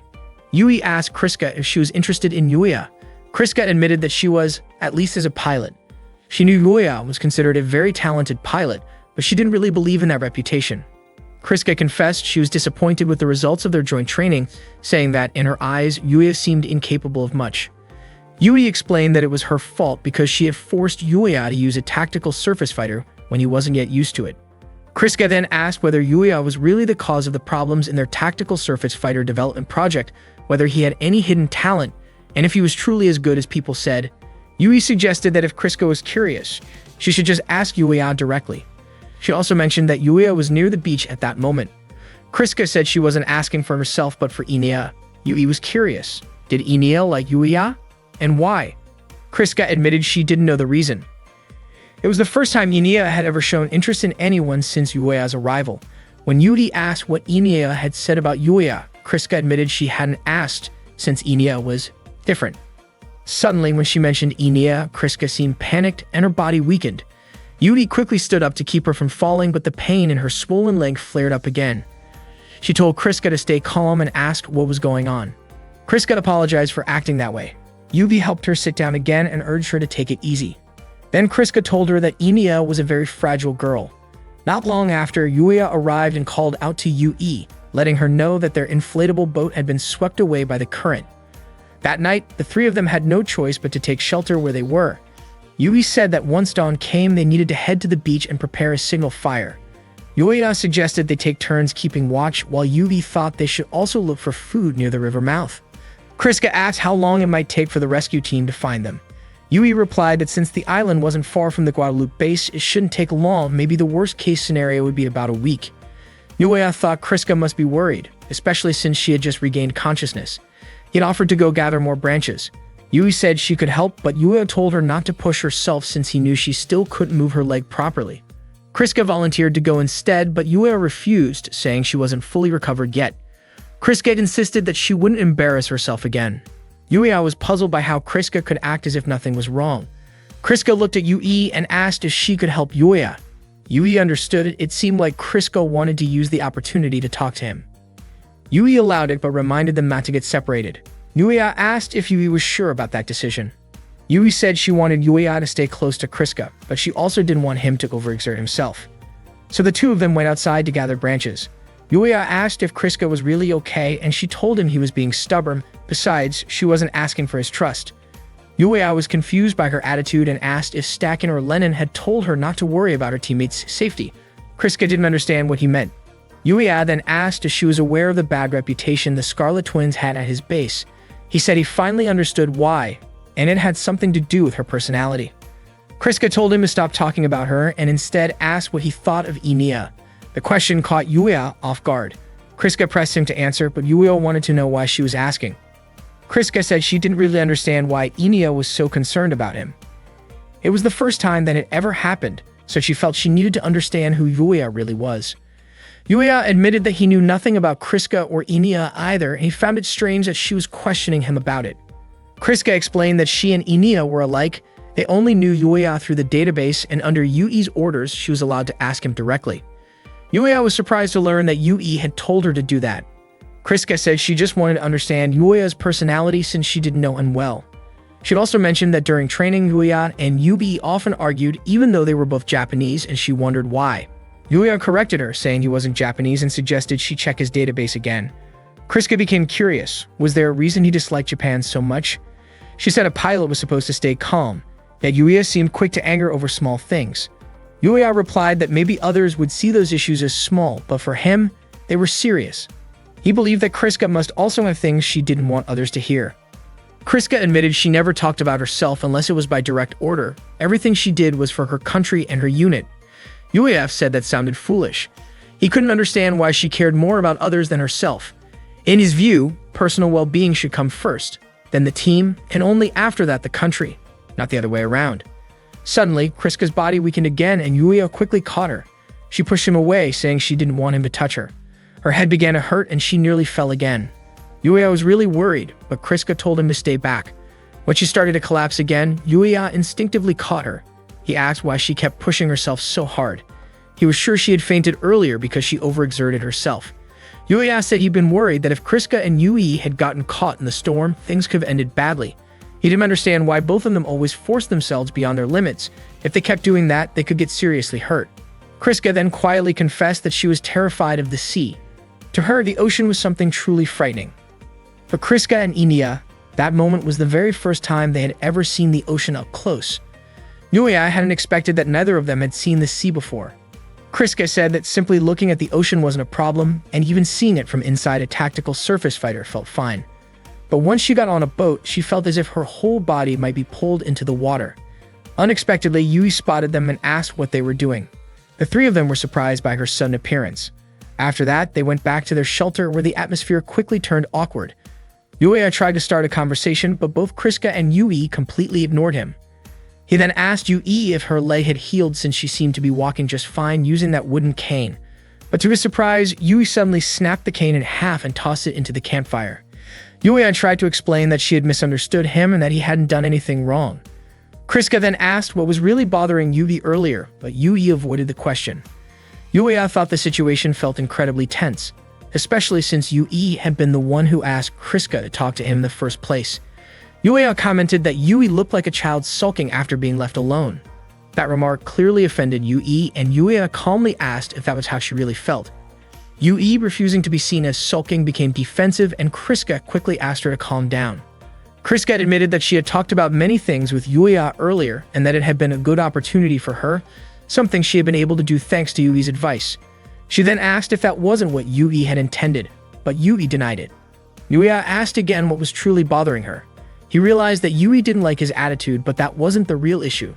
Yui said she found it strange that Yueya seemed to get along easily with people who weren't Japanese, while she, being Japanese, could never get that close to him. Yueya tried to respond, but Yui cut the conversation short, saying she was going to sleep first since they'd be taking turns standing guard. Before she lay down, Yueya asked whether Yui actually wanted to get along with him. Yui said that wasn't her intention. Any friendliness she had shown toward him was only to make their mission run more smoothly. She made it clear that she didn't want Yueya to misunderstand her actions. When Yui finally went to sleep, Yueya and Kriska stayed awake to keep watch. During their quiet shift, Yueya realized that for some people, race and duty always came first, just like his father used to think. Hearing this, Kriska guessed that Yui's attitude toward him might have something to do with her own feelings for Japanese people. She then asked whether Yueya's father was Japanese and if he had ever done something hurtful to him. What they didn't know was that Yui hadn't actually fallen asleep. She was silently listening to their conversation. Yueya told Kriska that his father had disappeared before he was even born. He was raised by his mother in his grandfather's house. His grandfather often said that Japanese people were deceitful and cowardly, while his mother had been used and abandoned after she was no longer needed. But his mother always defended the Japanese, saying they were kind, polite, and hardworking. Kriska understood then that Yueya carried deep resentment toward his father for abandoning his mother. Yueya said it wasn't just resentment, he simply thought his father was useless. Kriska admitted she couldn't fully understand his feelings. She had never even known what it meant to respect one's parents. Still, she said that even if Yueya hated his father, he was lucky to have parents at all. Just then, a strong gust of wind blew through the area. It was the airflow from a tactical surface fighter. Emiya and the Argos team had arrived to pick them up. The Argos members playfully teased Yueya, suggesting they should just wait until morning before heading back. Everyone was relieved and happy to see them safe. Yueya smiled at Yui and said he was truly grateful that everyone had made it back alive. Yui smiled back at him in return. The next morning, Yui's face turned bright red as everyone around her stared and even tried to take pictures. She felt deeply embarrassed, trying to cover herself with a bath towel while the crowd cheered. Teresa teasingly asked if Yui was really going to go through with it after coming this far. Fuyub, Lita, and Nailham even encouraged her to just do it. Jersey reminded Yui that she was the one who said she would take responsibility for yesterday's accident. Yui admitted that was true, but said she didn't expect to be ordered to do something so embarrassing. Vincent explained that they were allowed to observe as part of their training session. Valerio then urged Yui to get started and not worry about everyone watching. Stella mentioned that it seemed like Kriska and Enia were already prepared. The crowd cheered when they saw Kriska and Enia wearing their school swimsuits, and Valerio complimented how well the outfits suited them. Kriska instinctively tried to shield Enia from the stairs. Nailheim wondered aloud if Yui might be wearing a similar classic swimsuit. Jersey then asked Yui to begin her photo session. Taking a deep breath, Yui threw aside her towel, and for a brief moment, everyone stood in stunned silence. She felt her face heat up even more and asked if they were satisfied now that they had seen her in a bikini. The crowd burst into cheers and began snapping photos. Jersey praised Yui's effort, saying she looked great. Vincent commented that seeing Princess Yui like this was surprisingly charming, while Valerio added that her attitude felt quite different from usual. Yuya, however, didn't share their opinion. Suddenly, Yui walked up to Yuya and told him not to watch her. She reminded him that he had also been involved in yesterday's incident and ordered him to return to his post because she didn't want him seeing her like this. Yuya was puzzled, wondering why Yui seemed embarrassed about being watched by him of all people. Vincent and Valerio teased that Yuya had no right to say that, but he had no idea what they meant. Stella chimed in, saying it looked like Yuya had made a girl flustered and called him completely oblivious. Yuri and Yuya both quickly denied the teasing accusations, insisting that everyone was misunderstanding the situation. Valerio, still amused, said it seemed like the two of them had simply decided to act as if nothing had happened. Yui and Yuya strongly rejected that idea. Meanwhile, Kriska quietly watched Yui and Yuya's exchange. Seeing this, Enia took Kriska's hand and asked if she also wanted to be friends with Yuya. Kriska firmly replied that she wasn't interested in him at all, but Enia smiled, certain that Kriska actually felt the opposite. On July 11, 2001, the Betha began invading Soviet territory in Kamchatka, specifically around the Milkovsky region. The troops kept firing non-stop at the approaching creatures, but the base commander grew increasingly worried about the situation. Reinforcements hadn't arrived yet, and if things kept going that way, their forces could be wiped out completely. So far, no laser-class Betha had appeared, which meant air support should have been able to handle them. The Betha continued chasing the armored divisions, leaping at the tanks and destroying them one by one.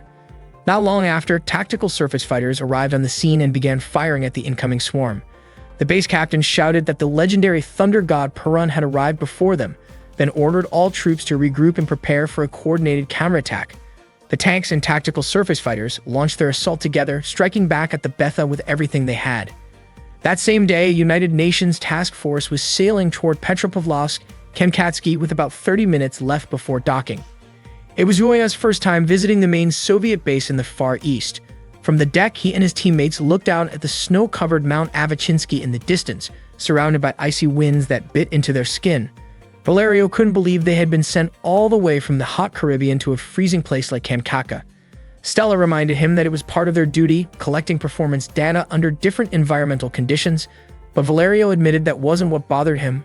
What he actually disliked was that in such cold weather, he wouldn't get to see Princess Yui wearing a swimsuit again. Teresa immediately called him an idiot for saying something like that, and Valerio just laughed, saying he wanted to go back to the Caribbean. While the others talked, Yuya suddenly remembered what had happened that night with Yui on the island. Teresa noticed him zoning out and teasingly asked what he was thinking about. Before anyone could continue, a siren suddenly went off. Valerio thought it was an enemy alert, but it turned out to be a tactical surface fighter flying overhead in distress. The machine looked damaged and crashed into the sea, unable to recover. Valerio guessed that maybe its frame had been bent during close combat or something similar. Kriska calmly mentioned that this kind of thing wasn't unusual. Teresa then asked Yuya if he had ever experienced something like that himself, since that was how it felt to be in an actual battlefield. When the ship finally reached the port, the soldiers quickly disembarked. Vincent was busy helping to unload one of the tactical surface fighters when Yuya came over to ask if everything was going smoothly. Vincent said everything was fine, then turned the question back on Yuya, asking how he was doing.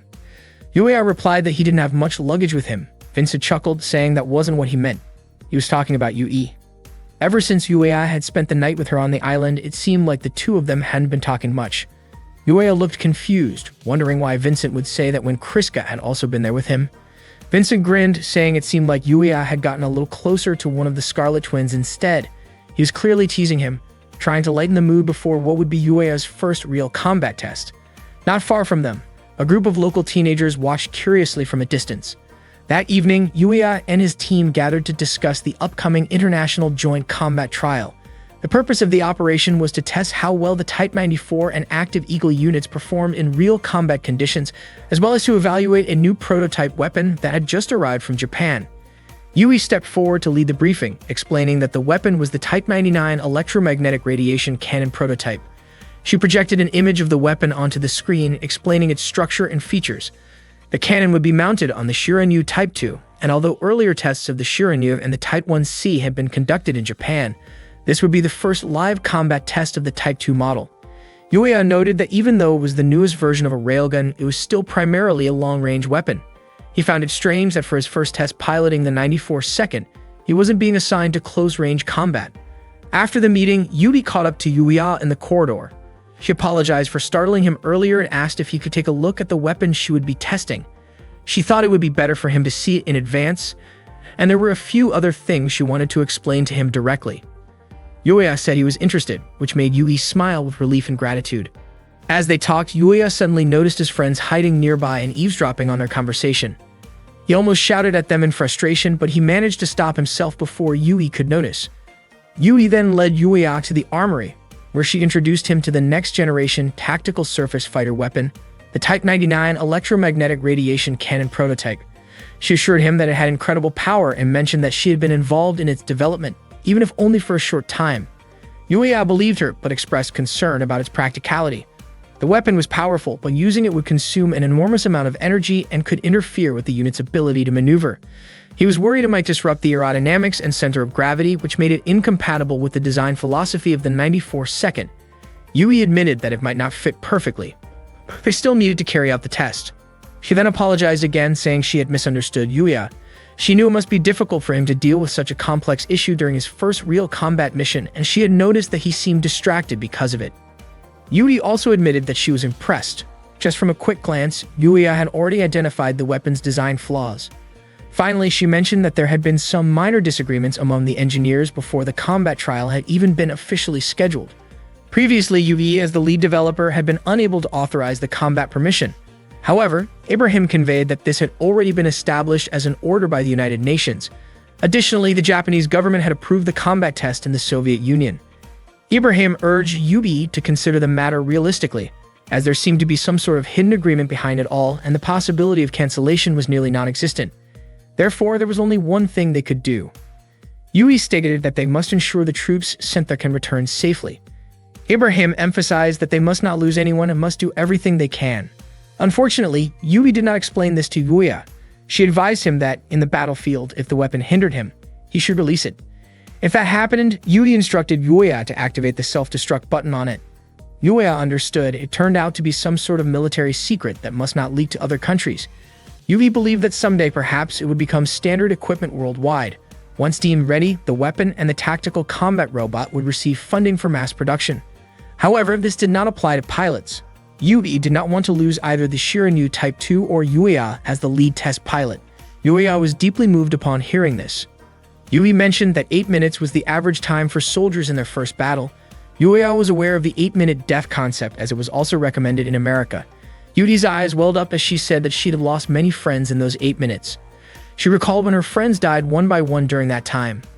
Although Yuya had no experience fighting real enemies, he would not underestimate it.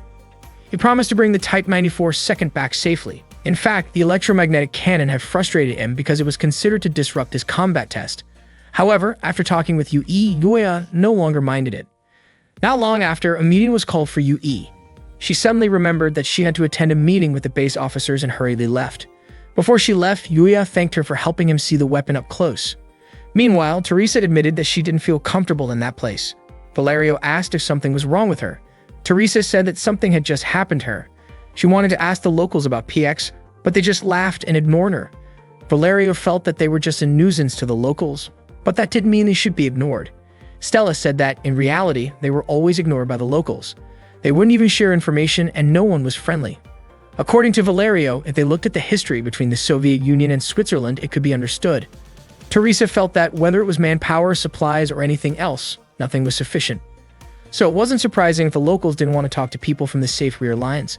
Valerio teased Teresa, saying that she suddenly became so sympathetic. Teresa emphasized that she said that only because she understood how it felt to be on the front lines.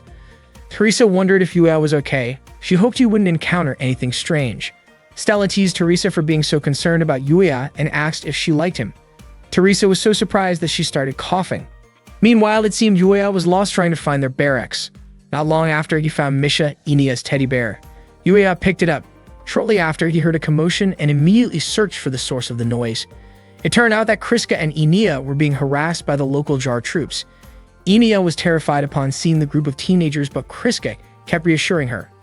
Kriska introduced herself as a member of the Soviet Strategic Research Unit, a test pilot from the Special Development Experimental Unit 331.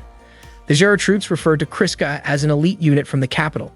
Kriska was puzzled, as they should be comrades fighting for the same homeland. Instead, they mocked her and thought she was joking. Kriska was surprised. Weren't they both from the Soviet forces? Yet one of them called her just a Russian. One of the girls scolded her and said that Soviet wasn't the name of a country. They also brought up how many of the people who fled to Alaska were Russians, while people from Georgia and Kazakhstan, like the Jar troops, were treated like trash. They were angry and said that Kriska was just relaxing in the rear while they were fighting desperately on the front lines. Suddenly, Kriska's head started hurting and her body went weak. Enia panicked and called out to her. One of the young men grew frustrated. Even though Kriska had not been fighting, yet she had received such an advanced tactical battle robot. He kicked Kriska repeatedly, while Enia begged him to stop. The Jar forces tried to intimidate Enia, even attempting to harass her. Enia continued pleading, hoping Kriska could protect her, but Kriska was too weak to respond. The young man called Enia useless for being brought to the battlefield. Kriska insisted that Enia was far from useless. The young man then embraced Enia, and she could only scream for Kriska. At that moment, Yuya arrived, quickly intervened, and stopped him, handing a protective device to Enia. He then checked on Kriska to make sure she was alright. Kriska assured him she was fine and said her priority was protecting Enia. Yuya wondered why Enia had let the Jar forces trouble her in the first place. Yuya scolded them and asked which unit they belonged to. The youths, annoyed, showed the Wayne badge on their uniforms. It turned out they were pilots, even though they were still teenagers. One of them called Yuya a coward from Alaska. The teenager who had been hit earlier quickly stood up and brandished a knife. They all began surrounding Yuya, warning that this base was not like the rear-line bases. They tried to intimidate Yuya and Enia.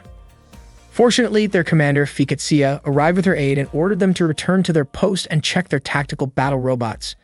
After the Jar forces left, Yuya wanted to thank Fikatsia, but she told him not to make trouble there and left with her aid. Yuya was left wondering about the strange behavior of the people in that place.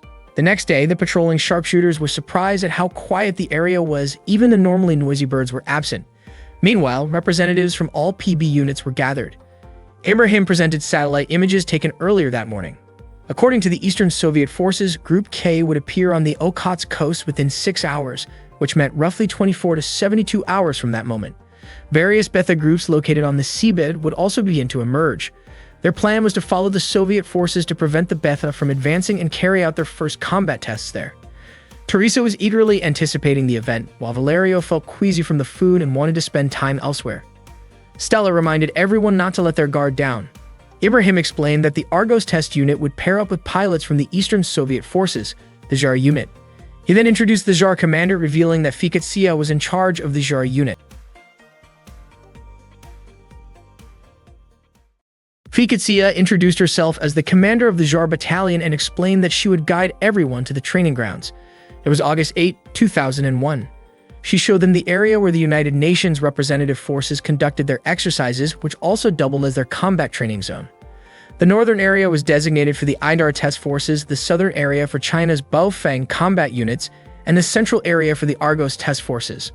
Valerio was pleased to be positioned in the center, and Teresa commented that this gave them enough space to maneuver.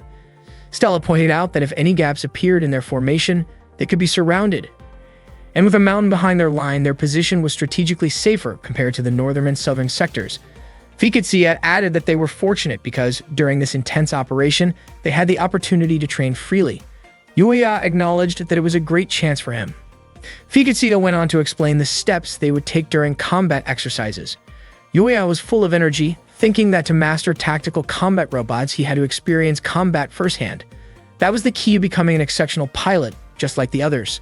At that moment, he noticed that Kriska was not present. When Fiketsia mentioned allowing the Betha to enter so that the test forces could train, the Jar teenagers laughed. Fiketsia reminded them not to interfere with the exercises. Yuya wondered if Yui felt worried since he had never experienced combat before. Frank mentioned to Ibrahim that with so many experienced pilots participating, it could gather valuable data, but Ibrahim warned that they would be facing real challenges. Later, Yuya and Vincent headed toward Novosti, which was right at the front lines. Vincent asked if Yuya remembered the electromagnetic radiation cannon. Yuya's mind, however, drifted to Kriska and Enia, thinking about how they never followed instructions and hoping that past incidents would not repeat. He admitted feeling concerned. Vincent reassured Yuya not to worry about his tactical combat robot and reminded him that what mattered most was demonstrating his abilities to the Betha. Unexpectedly, Yuya mentioned the Scarlet Twin, which surprised Vincent and made him break suddenly. Yuya scolded Vincent, asking what was going on. Vincent admitted that he had expected Yuya to be focused on the upcoming battle, not thinking about girls. Yuya brushed it off, saying that he was only a test pilot for Kriska. Yuya then noticed Kriska and Enia with a group of unruly teenagers. He quickly got out of the car to observe, worried about both girls, but the situation turned out differently than he had feared. Yuya saw Kriska restraining one of the teenagers. She would have let him go if he acknowledged her as a friend, but the teenager refused. They were surprised to see Kriska acting so differently from her usual timid self. The teenagers shouted in discomfort, and they worried that Kriska might cause serious harm. Kriska calmly explained that the frontline medical care was quick, and that with proper rest, injuries could heal within 10 days. She released the teenager and warned him not to approach Enia again. Another teenager brandished a knife at Kriska, prompting Yuya to shout for them to stop. The teenagers, intimidated, chose to leave. Enia smiled and walked over to Yuya. He asked if she was okay, and she reassured him that she was fine with Kriska by her side. Kriska reminded Yuya that she did not need his help and could handle the situation herself. Yuya suggested that she be more careful, as the teenagers might return with more people, fearing a repeat of past incidents. Kriska appeared confused by his concern. Yuya wondered if she remembered what had happened before. Kriska commented that since Yuya would be at the front lines, he should wait for the right moment to step back. Yuya was frustrated, wondering why Kriska would tell him to retreat. Kriska explained that she did not want to see Yuya's bloodstains soil their homeland. Her words deeply affected him. Afterward, Kriska and Enia left. The battle was about to begin, and each squad was taking their assigned positions. Every unit was instructed to prepare, with the Argos squad launching after the Idar and Baofeng units. The command post instructed the Argus squad to get ready for deployment immediately.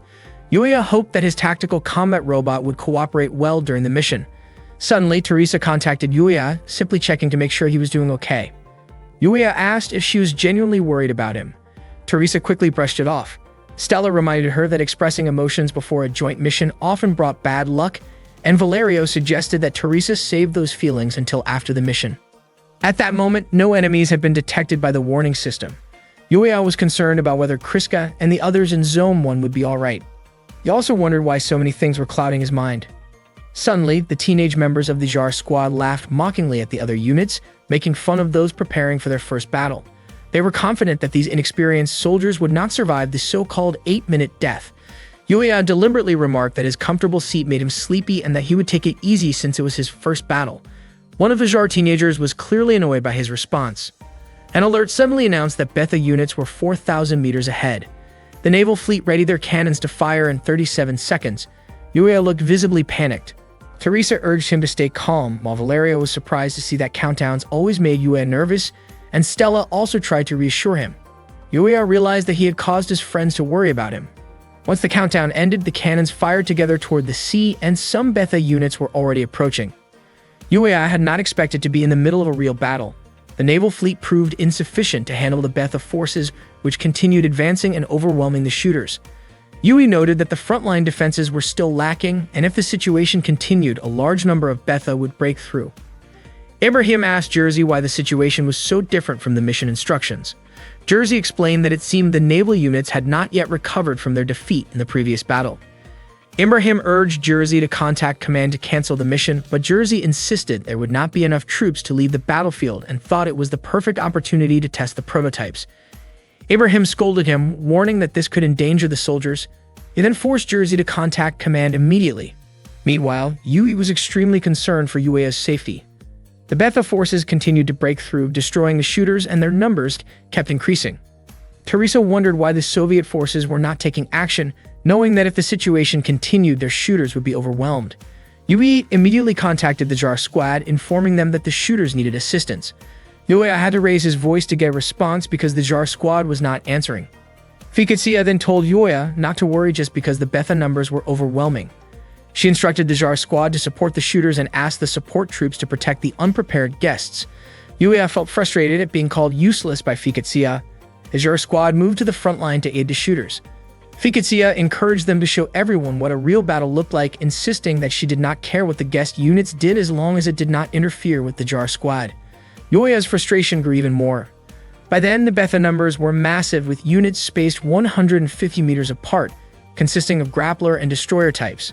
Valerio was excited to see the Betha approaching, but Stella urged him to stay calm since their mission was only to escort Yuya. Teresa vowed not to let any Betha get near Yuya. Stella directed Valerio and Teresa to form a circular defensive formation around Argos 1. Yuya, feeling increasingly useless, questioned why he was even there.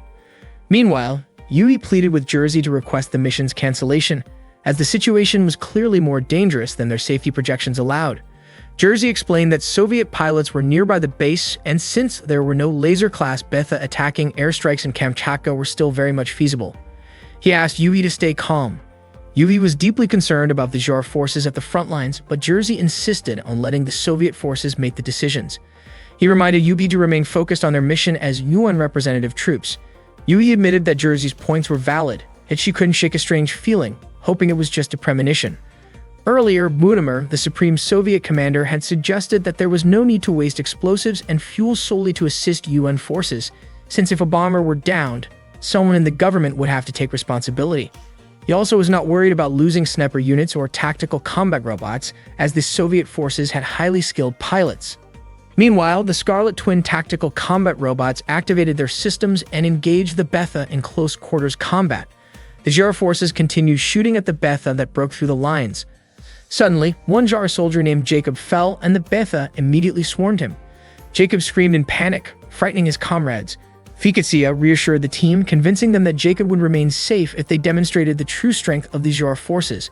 At the same time, the Argos units were shooting the Betha from above, while Baofeng units continued to fight them up close.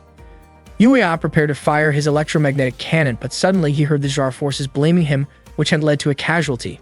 He felt overwhelming guilt. Shortly after, he noticed enemy reinforcements approaching from the left side of the snipers. He contacted the command post, warning that if left unchecked, the frontline troops could be in serious danger. Yuya requested that the JAR forces be ordered to retreat so he could fire the electromagnetic cannon. The command post instructed him to hold his position and wait for firing authorization. Confused as to why the JAR forces had not moved, Yuya reached out to Fiketsia and informed her about the approaching reinforcements, emphasizing that the snipers could be wiped out. He urged Fiketsia to pull back the JAR forces, but she refused because no withdrawal order had been issued. Yuya argued that this was extremely dangerous for the JAR troops and pleaded with her. Fiketsia considered the situation carefully, realizing that without reinforcements or a withdrawal order, the Soviet command might be sacrificing the JAR forces to prevent the new cannon from being fired. Eventually, Fiketsia decided to guide the JAR forces to a designated location she had sent, though some hesitated because the snipers had not yet fully retreated. She reassured them, telling them not to worry, as Yuya would protect them and urging them to move quickly. Yuya waited patiently, and soon the command post granted firing permission. He immediately activated the superconducting system and aimed the cannon at the Betha forces. Valerio was surprised that an American like Yuya enjoyed handling such a massive weapon. Stella trusted Yuya, and Teresa hoped he could eliminate all the Betha. Yuya fired the electromagnetic cannon, wiping out the entire Betha force in a massive explosion, leaving everyone in awe.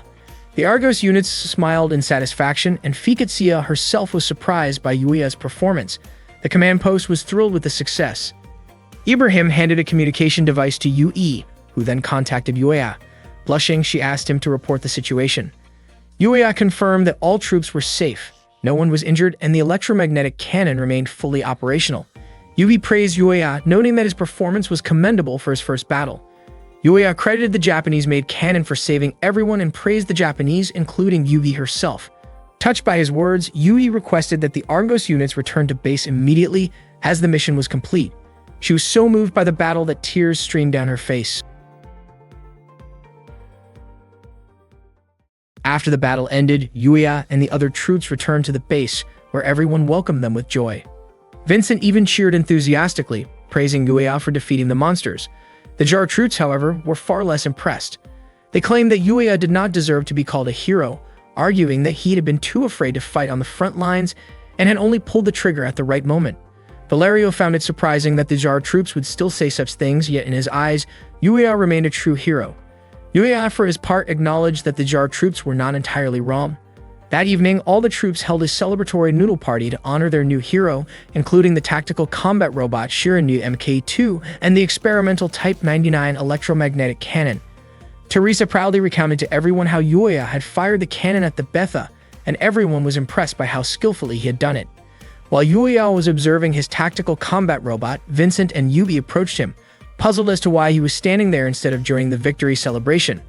Yuya explained that the highlight of the party was just the free drinks provided by the Soviets, which had already entertained everyone enough.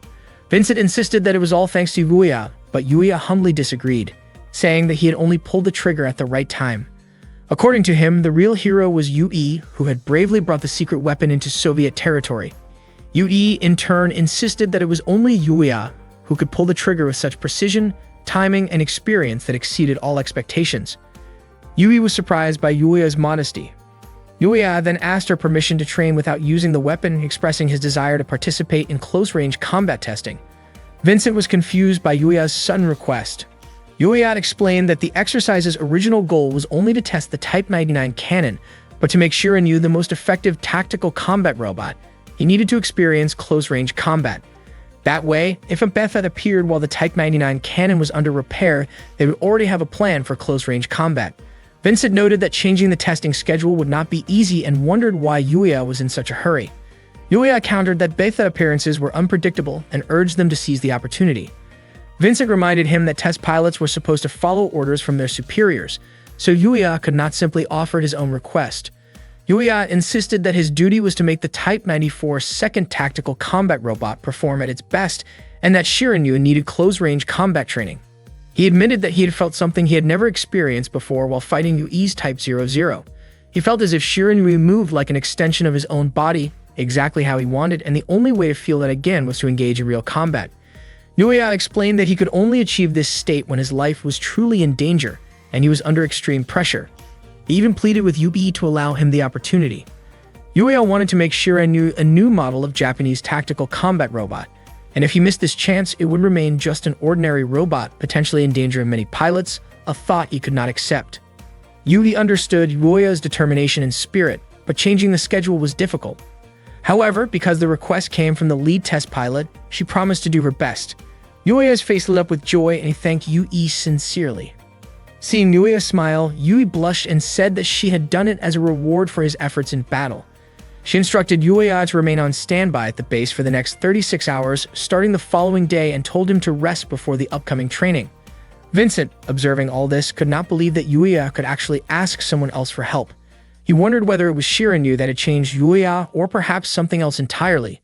In any case, Vincent thought that Yui's kindness had turned out to be a double-edged sword for him. The next day, Yuya was on duty, standing guard at the base. Despite being a frontline soldier, he felt bored, sensing that his time was being wasted. Soon, Fiketsuya approached him. Yuya immediately stood up and saluted her. Fiketsuya mentioned that thanks to Yuya, they had enjoyed quite a bit of vodka the previous night, and she wanted to express her gratitude. Yuya felt he had done nothing to deserve thanks, so it was unnecessary. Fiketsuya remarked that Yuya was being too modest, pointing out that killing over 300,000 enemies in his first battle was a world record. Yuya felt honored that Fiketsuya had taken the time to tease him in this way. She then said that while Yuya was a brave pilot, his immature attitude sometimes prevented him from seeing the bigger picture. Yuya could not accept this criticism. Fiketsuya insisted that Yuya could not fight solely for himself and that many people could be at risk if he did not start seeing things differently. After saying this, she left and Yuya began reflecting on her words. He realized that Fiketsuya was right. He struggled to perceive the broader perspective. Yet he wondered about Fiketsuya herself. If she had assisted the sharpshooter troops earlier, he might not have become a hero. He also did not understand why she had delayed, realizing that even Fiketsuya had blind spots in her own way. According to Fiketsuya, there was no real difference between them. She questioned what Yuya was truly fighting against, explaining that when he blamed others for mistakes, he was only convincing himself, not others. If people around him trusted him, they would have been deceiving him. Fiketsia advised Yuya to distance himself from people who could not see the truth clearly. Yuya resisted her words, but she encouraged him to decide what he must let go of if he could not have everything. This, she explained, was the essence of battle. Yuya finally understood that Fiketsia's stance indicated that it was not wrong to make sacrifices, and that was why the Zhar forces did not feel guilty about certain actions toward fellow citizens. Fiketsia explained that Kriska and Enia were part of the Central Strategic Research Unit, an elite group of Russian troops. She added that the frontline soldiers were from countries under Russian control, which made it understandable that the Zhar forces resented the privileged troops. Noticing Yuya's surprise, Fiketsia asked if racial discrimination did not exist in America. Her question reminded Yuya of his own childhood experiences of discrimination. Shortly after, Tasha arrived and Fiketsia excused herself. In Fiketsia's room, Tasha asked what had been discussed with Yuya and why Fiketsia seemed unusually kind toward him. Even though the rest of the troops were uneasy, Tasha reminded her that Yuya was an outsider with no connection to them. She also expressed how much her family meant to her and how sad she felt.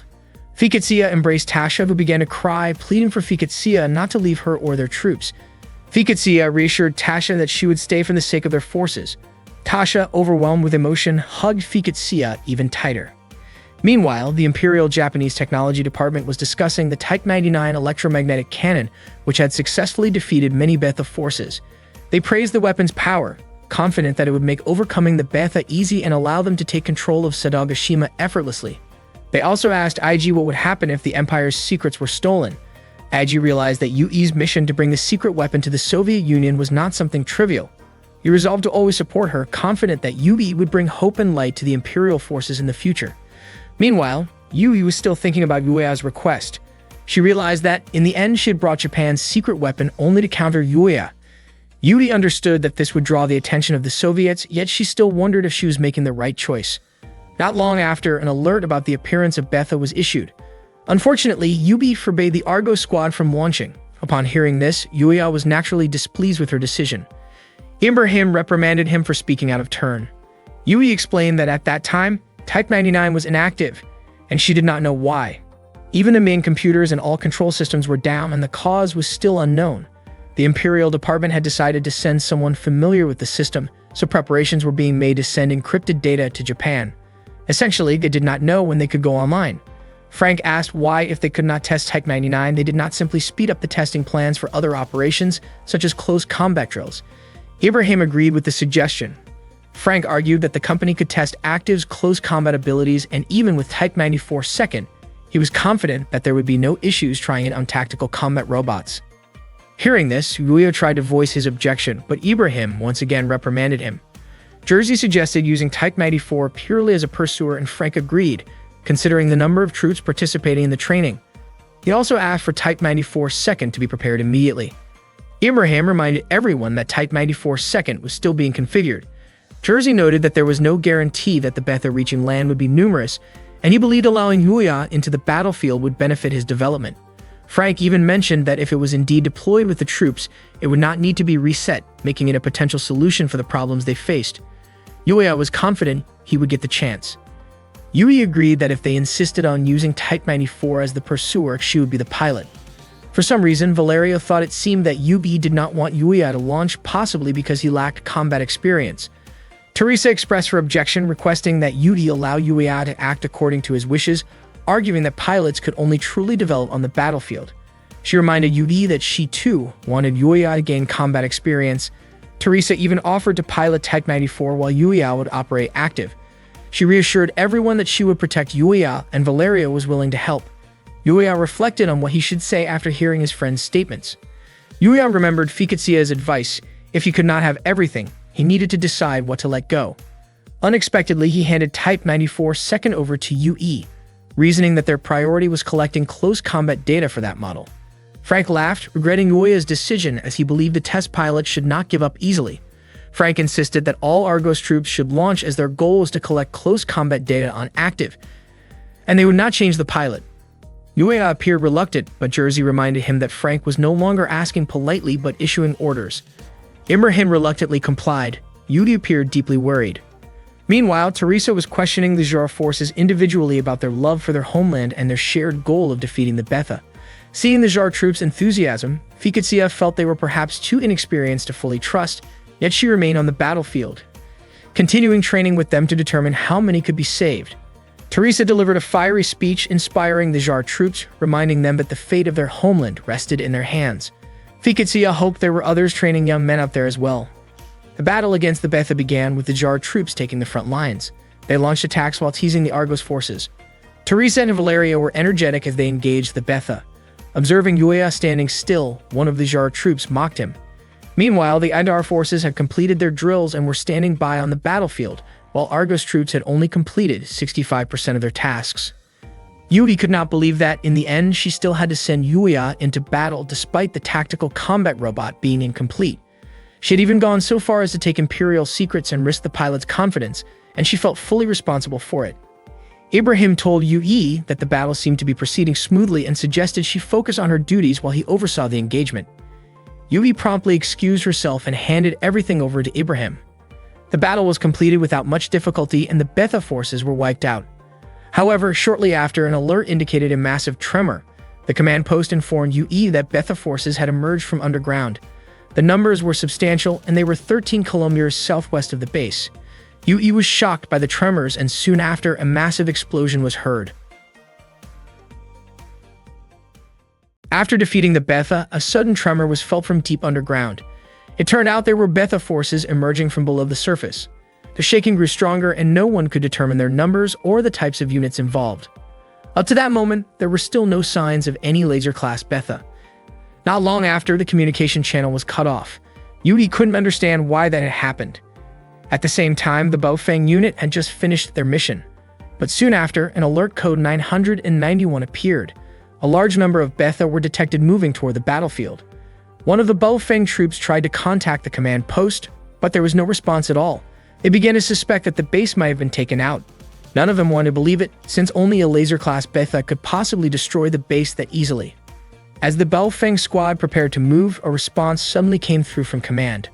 The base commander was in a meeting with the UN Joint Forces and all units were ordered to cancel their current missions and stay on standby until further notice. The Baofeng troops were puzzled by the sudden order. It meant they had to wait for new instructions from the Soviets. Meanwhile, Teresa looked frustrated because she couldn't do anything but wait. Yuya told her to calm down, reminding her that everyone was just as tense as she was.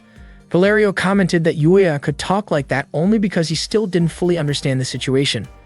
Valerio insisted that a Betha assault from underground was something that had to be dealt with immediately. At the same time, Enia asked Kriska why they didn't just eliminate the detected Betha right away, since there were so many of them. Kriska told her they had to wait for orders before acting. The number of underground Betha signatures kept increasing. Frank requested that a drone be deployed to scout the area, but unfortunately, the base only had 2 automatic tank and artillery units left for defense. With that many Betha advancing, it would be nearly impossible to stop them. Teresa grew increasingly restless while waiting for a decision from command. Yuya began to worry about the situation. Valerio remarked that if they hadn't realized what was happening by now, the Betha were smarter than they were. Teresa agreed, saying they should have launched a counterattack from underground by now. Stella noted that the reason they were caught off guard was because there were no laser-class enemies in the area, which made them feel too relaxed. Tasha, hearing that, didn't take kindly to what she thought was an insult from the Argos team. Teresa found it ironic. Jar's squad often mocked Argos, yet when the situation was reversed, they couldn't take it. Teresa wondered why the Soviets were allowing the Betha to move so freely. Yuya snapped at her, telling her to stop blaming the Soviets for everything. Tasha explained that she hadn't detected any movement from the moment they launched and asked if only the Argos tactical surface fighters had picked up the readings. Stella said the Betha were tunneling underground, which meant their sensors could feel the vibrations. Tasha told her to stop mocking other units, but Valerio argued that if these underground attacks were common in this area, the senior units should have been more prepared. Tasha replied that this was the first time such a deep attack had happened. During the major assault last month, they had detected a lot of movement underground, but the threat hadn't reached this level. Yuya was surprised to hear that the attack had gone that far beneath the surface. Teresa accused them of being too lazy to seal off the tunnels from the last battle, and Stella even suspected they might have left them open on purpose. Tasha was offended that the Argos unit would joke about people who had lost their comrades during that battle. Valerio quickly apologized, saying he still remembered what it felt like to lose friends on the front lines. By then, the drone had reached its target area, and there were still no signs of laser-class Betha. Frank asked if the bombers were ready. Ibrahim suggested they order the test units to fall back to their designated positions. Frank, Jersey, and Wu agreed. Ibrahim showed the retreat points he had already calculated. Jersey mentioned that they should separate the test units' retreat routes to minimize risk. Jersey proposed that the Baofeng testing unit fall back to point C, while the Argos unit retreat to point F. Wu immediately ordered Baofeng to withdraw to point C, and not long after, Ibrahim also gave the order for Argos to pull back. Wu then asked why Jersey hadn't issued any orders for the Idar unit. Jersey said his team would engage Beta Group 4 alongside the JAR squad as part of their combat training. In other words, they would stay behind to buy time for everyone else. The Scarlet Twins kept attacking the Beta using their assault rifles. Meanwhile, Wu asked what the point was of giving them extra time when there was no sign of reinforcements arriving. Jersey explained that they weren't waiting for any backup. Instead, they were going to retreat from the base. Ibrahim was shocked to hear that. Jersey said their top priority was to rescue the UN forces and get them safely to the test unit's location. He promised he wouldn't let anyone die under his command. The troops started heading toward the designated extraction point, and fortunately, there were no laser-class Beta nearby. The plan was to lure the Beta to the surface and then deploy the tactical surface fighters from behind to wipe them out. Jersey mentioned that bringing equipment along wasn't possible. Ibrahim suggested they consider using the Imperial Japanese Army's artillery units. Jersey replied that they could probably only retrieve those once all enemy forces had been neutralized. Not long after, the escort units arrived to pick them up. Ibrahim had no other choice and ordered the command post to instruct all XFG units to retreat immediately. Everyone was to abandon their equipment, including the mechanics and the Imperial gun crews from the Type 99 artillery, if necessary, and follow the Soviet security forces' guidance. When that order was broadcast, the XFJ project staff were stunned. Shortly after, the guards came and directed all project personnel to evacuate to runway 2, unaware that one mechanic was still hiding under a vehicle. Yubi tried to contact Ibrahim to ask about the sudden decision. She nearly got into an accident while driving in a rush to reach him. The entire base was now under full evacuation protocol. When Yui saw Vincent preparing to leave, she urged him to go with her to the hangar. Vincent was grateful that Yui came for him.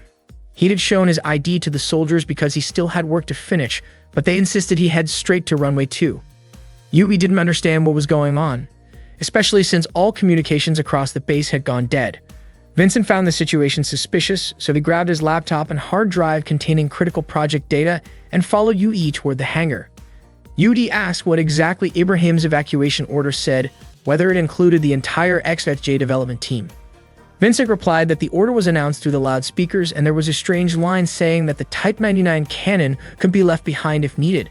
He was sure Ibrahim wouldn't normally make a mistake like that. Yui remembered Ibrahim had once told her the Soviets wanted that weapon. Vincent was surprised that the Soviets might want to keep it for themselves. Yui suspected that was why the Soviets insisted on sending Yuya into the battle. Vincent realized that if the 94th unit was still there, Yuya could have taken the Type 99 cannon with him, and the Soviets were trying to prevent that. According to Yui, the Soviets didn't attempt to seize the weapon by force because they didn't want open conflict with UN troops. Vincent thought the whole mission seemed off, and Yui agreed. It felt like the Soviets had been planning this from the start. Once they reached the hangar, Vincent immediately got out and began securing the data. He told Yui he would meet her once he was done, but Yui stopped him and told him to head to runway 2 right after finishing. Vincent hesitated, but Yui explained that her only option was to destroy the cannon herself. Vincent wanted to help her, saying as the project leader she shouldn't risk her life for something like this. Yui replied that only she knew the destruction code. Vincent asked her to share the code with him instead, but Yui said that even if it didn't make sense, for her as a Japanese person, some things weren't about logic, they were about conviction. Vincent understood, saying that Yui reminded him of Yuya. Then, Yui left in a hurry. Meanwhile, the Beta tremors grew stronger. Budamur asked what their backup plan was, just in case. It turned out the bomber units were already on standby and ready to deploy. Budamur waited to see how Jersey would execute the operation. The number of incoming Beta kept increasing, and the frontline gunners were ordered to hold their ground until all UN personnel had evacuated. As the UN representatives made their way toward runway 2, Ibrahim grew increasingly worried, but Jersey urged him to move quickly and not think about Yui. Yui arrived at the storage area of the Type 99 cannon. Orlov, the leader of the Soviet Guard unit, reported that everyone had been safely evacuated. He urged Yui to leave with them, but she refused, saying there was something she still needed to do. She quickly activated the computer and realized that the Soviet radio channel was still functioning. Unfortunately, when she entered the password for the cannon's self-destruction system, an error message appeared. Yui was certain the Soviets had tampered with it. Moments later, the last helicopter arrived. Orlov urged Yui to hurry. Yui told him she had already activated the automatic detonation system to protect classified information. She explained that the explosion would have a 2-kilometer blast radius, enough to destroy any nearby Betha. She then asked everyone to board the helicopter. Once everyone was inside, Yui suddenly jumped out, saying she had forgotten something. She ran back into the facility and found a man named Yamamoto, who worked on the Type 99 cannon. He had been doing maintenance, which was why the guards had noticed him earlier. Yui told Yamamoto to prepare himself as it was already too late to evacuate. But Yamamoto insisted on staying to make sure the cannon was destroyed. Yui apologized to him, explaining that she had intended to handle the task alone. Yamamoto said the Soviets had interfered with the automatic destruction mechanism and that it now required a master code to fix the error. Without it, the cannon couldn't be detonated. Yui insisted that they had to destroy the cannon no matter what. Meanwhile, Fiketsia contacted the command post to confirm that the latest order wasn't a mistake. Budamer instructed Zhang's unit to advance 5,000 meters from the supply base. Fiketsia double-checked, unwilling to risk her team's lives just to protect an abandoned base because of someone else's blunder. Budamer quickly called her back, assuring that the new order was valid and had been approved by Central Command. Fiketsia apologized, saying that her unit had originally been tasked with guarding guests but was suddenly being sent elsewhere without a clear reason. Budamer told her to return to the underground area, the same one from last month, praising how well she had handled that previous assault. Fiketsia replied that it seemed Budamer hadn't learned from the mistakes of last time, asking why the massive tunnel from the last battle hadn't been sealed off if the damage had been that severe. Budamer pressed her to carry out the order immediately. Fiketsia then passed the command to the Jar unit and told Tasha to come with her to meet the guard forces at the rendezvous point. At the same time, the Argos unit had overheard Fiketsia's conversation with Budamer. Yuya was surprised that his 3 teammates had been eavesdropping and asked what was going on. Teresa had already been checking the tactical surface fighter logs and data links. Stella explained that they accidentally overheard something about a large Betha landing. Valerio guessed that it might be connected to the tank units being heavily attacked. Yuya couldn't believe that such important information wasn't included in their briefing. Stella suspected that one of the Soviets had deliberately kept it from them. Yuya realized it might mean the Soviets had intentionally lured the Betha toward an important base. Valerio agreed, suggesting that the Soviets had left the large tunnel from the previous month open on purpose, so the Betha would use the same path again. That would explain why the Jar unit hadn't detected the Betha tunneling underground. Yuya still couldn't understand the real goal behind that strategy. A few moments later, Vincent contacted Yuya to report that the mechanics, staff, and members of the Imperial Guard were with him, while Ibrahim and the other senior officers had evacuated to a different location. Teresa was relieved to hear that, but Vincent added that they had another problem. Yui was still at the base trying to detonate the cannon. Meanwhile, Yui and Yamamoto were still struggling to trigger the explosion. The cannon's core was too tough and its melting point was extremely high. Even an airstrike wouldn't be able to destroy it completely. They didn't have enough time to dismantle the cannon, and Yamamoto could only work on the electrical systems. Yui tried to think of another solution. For a moment, she remembered Yuya, his determination, and how he never gave up, no matter how dire things became. Suddenly, the two of them heard the sound of Betha trying to break through the walls of the room.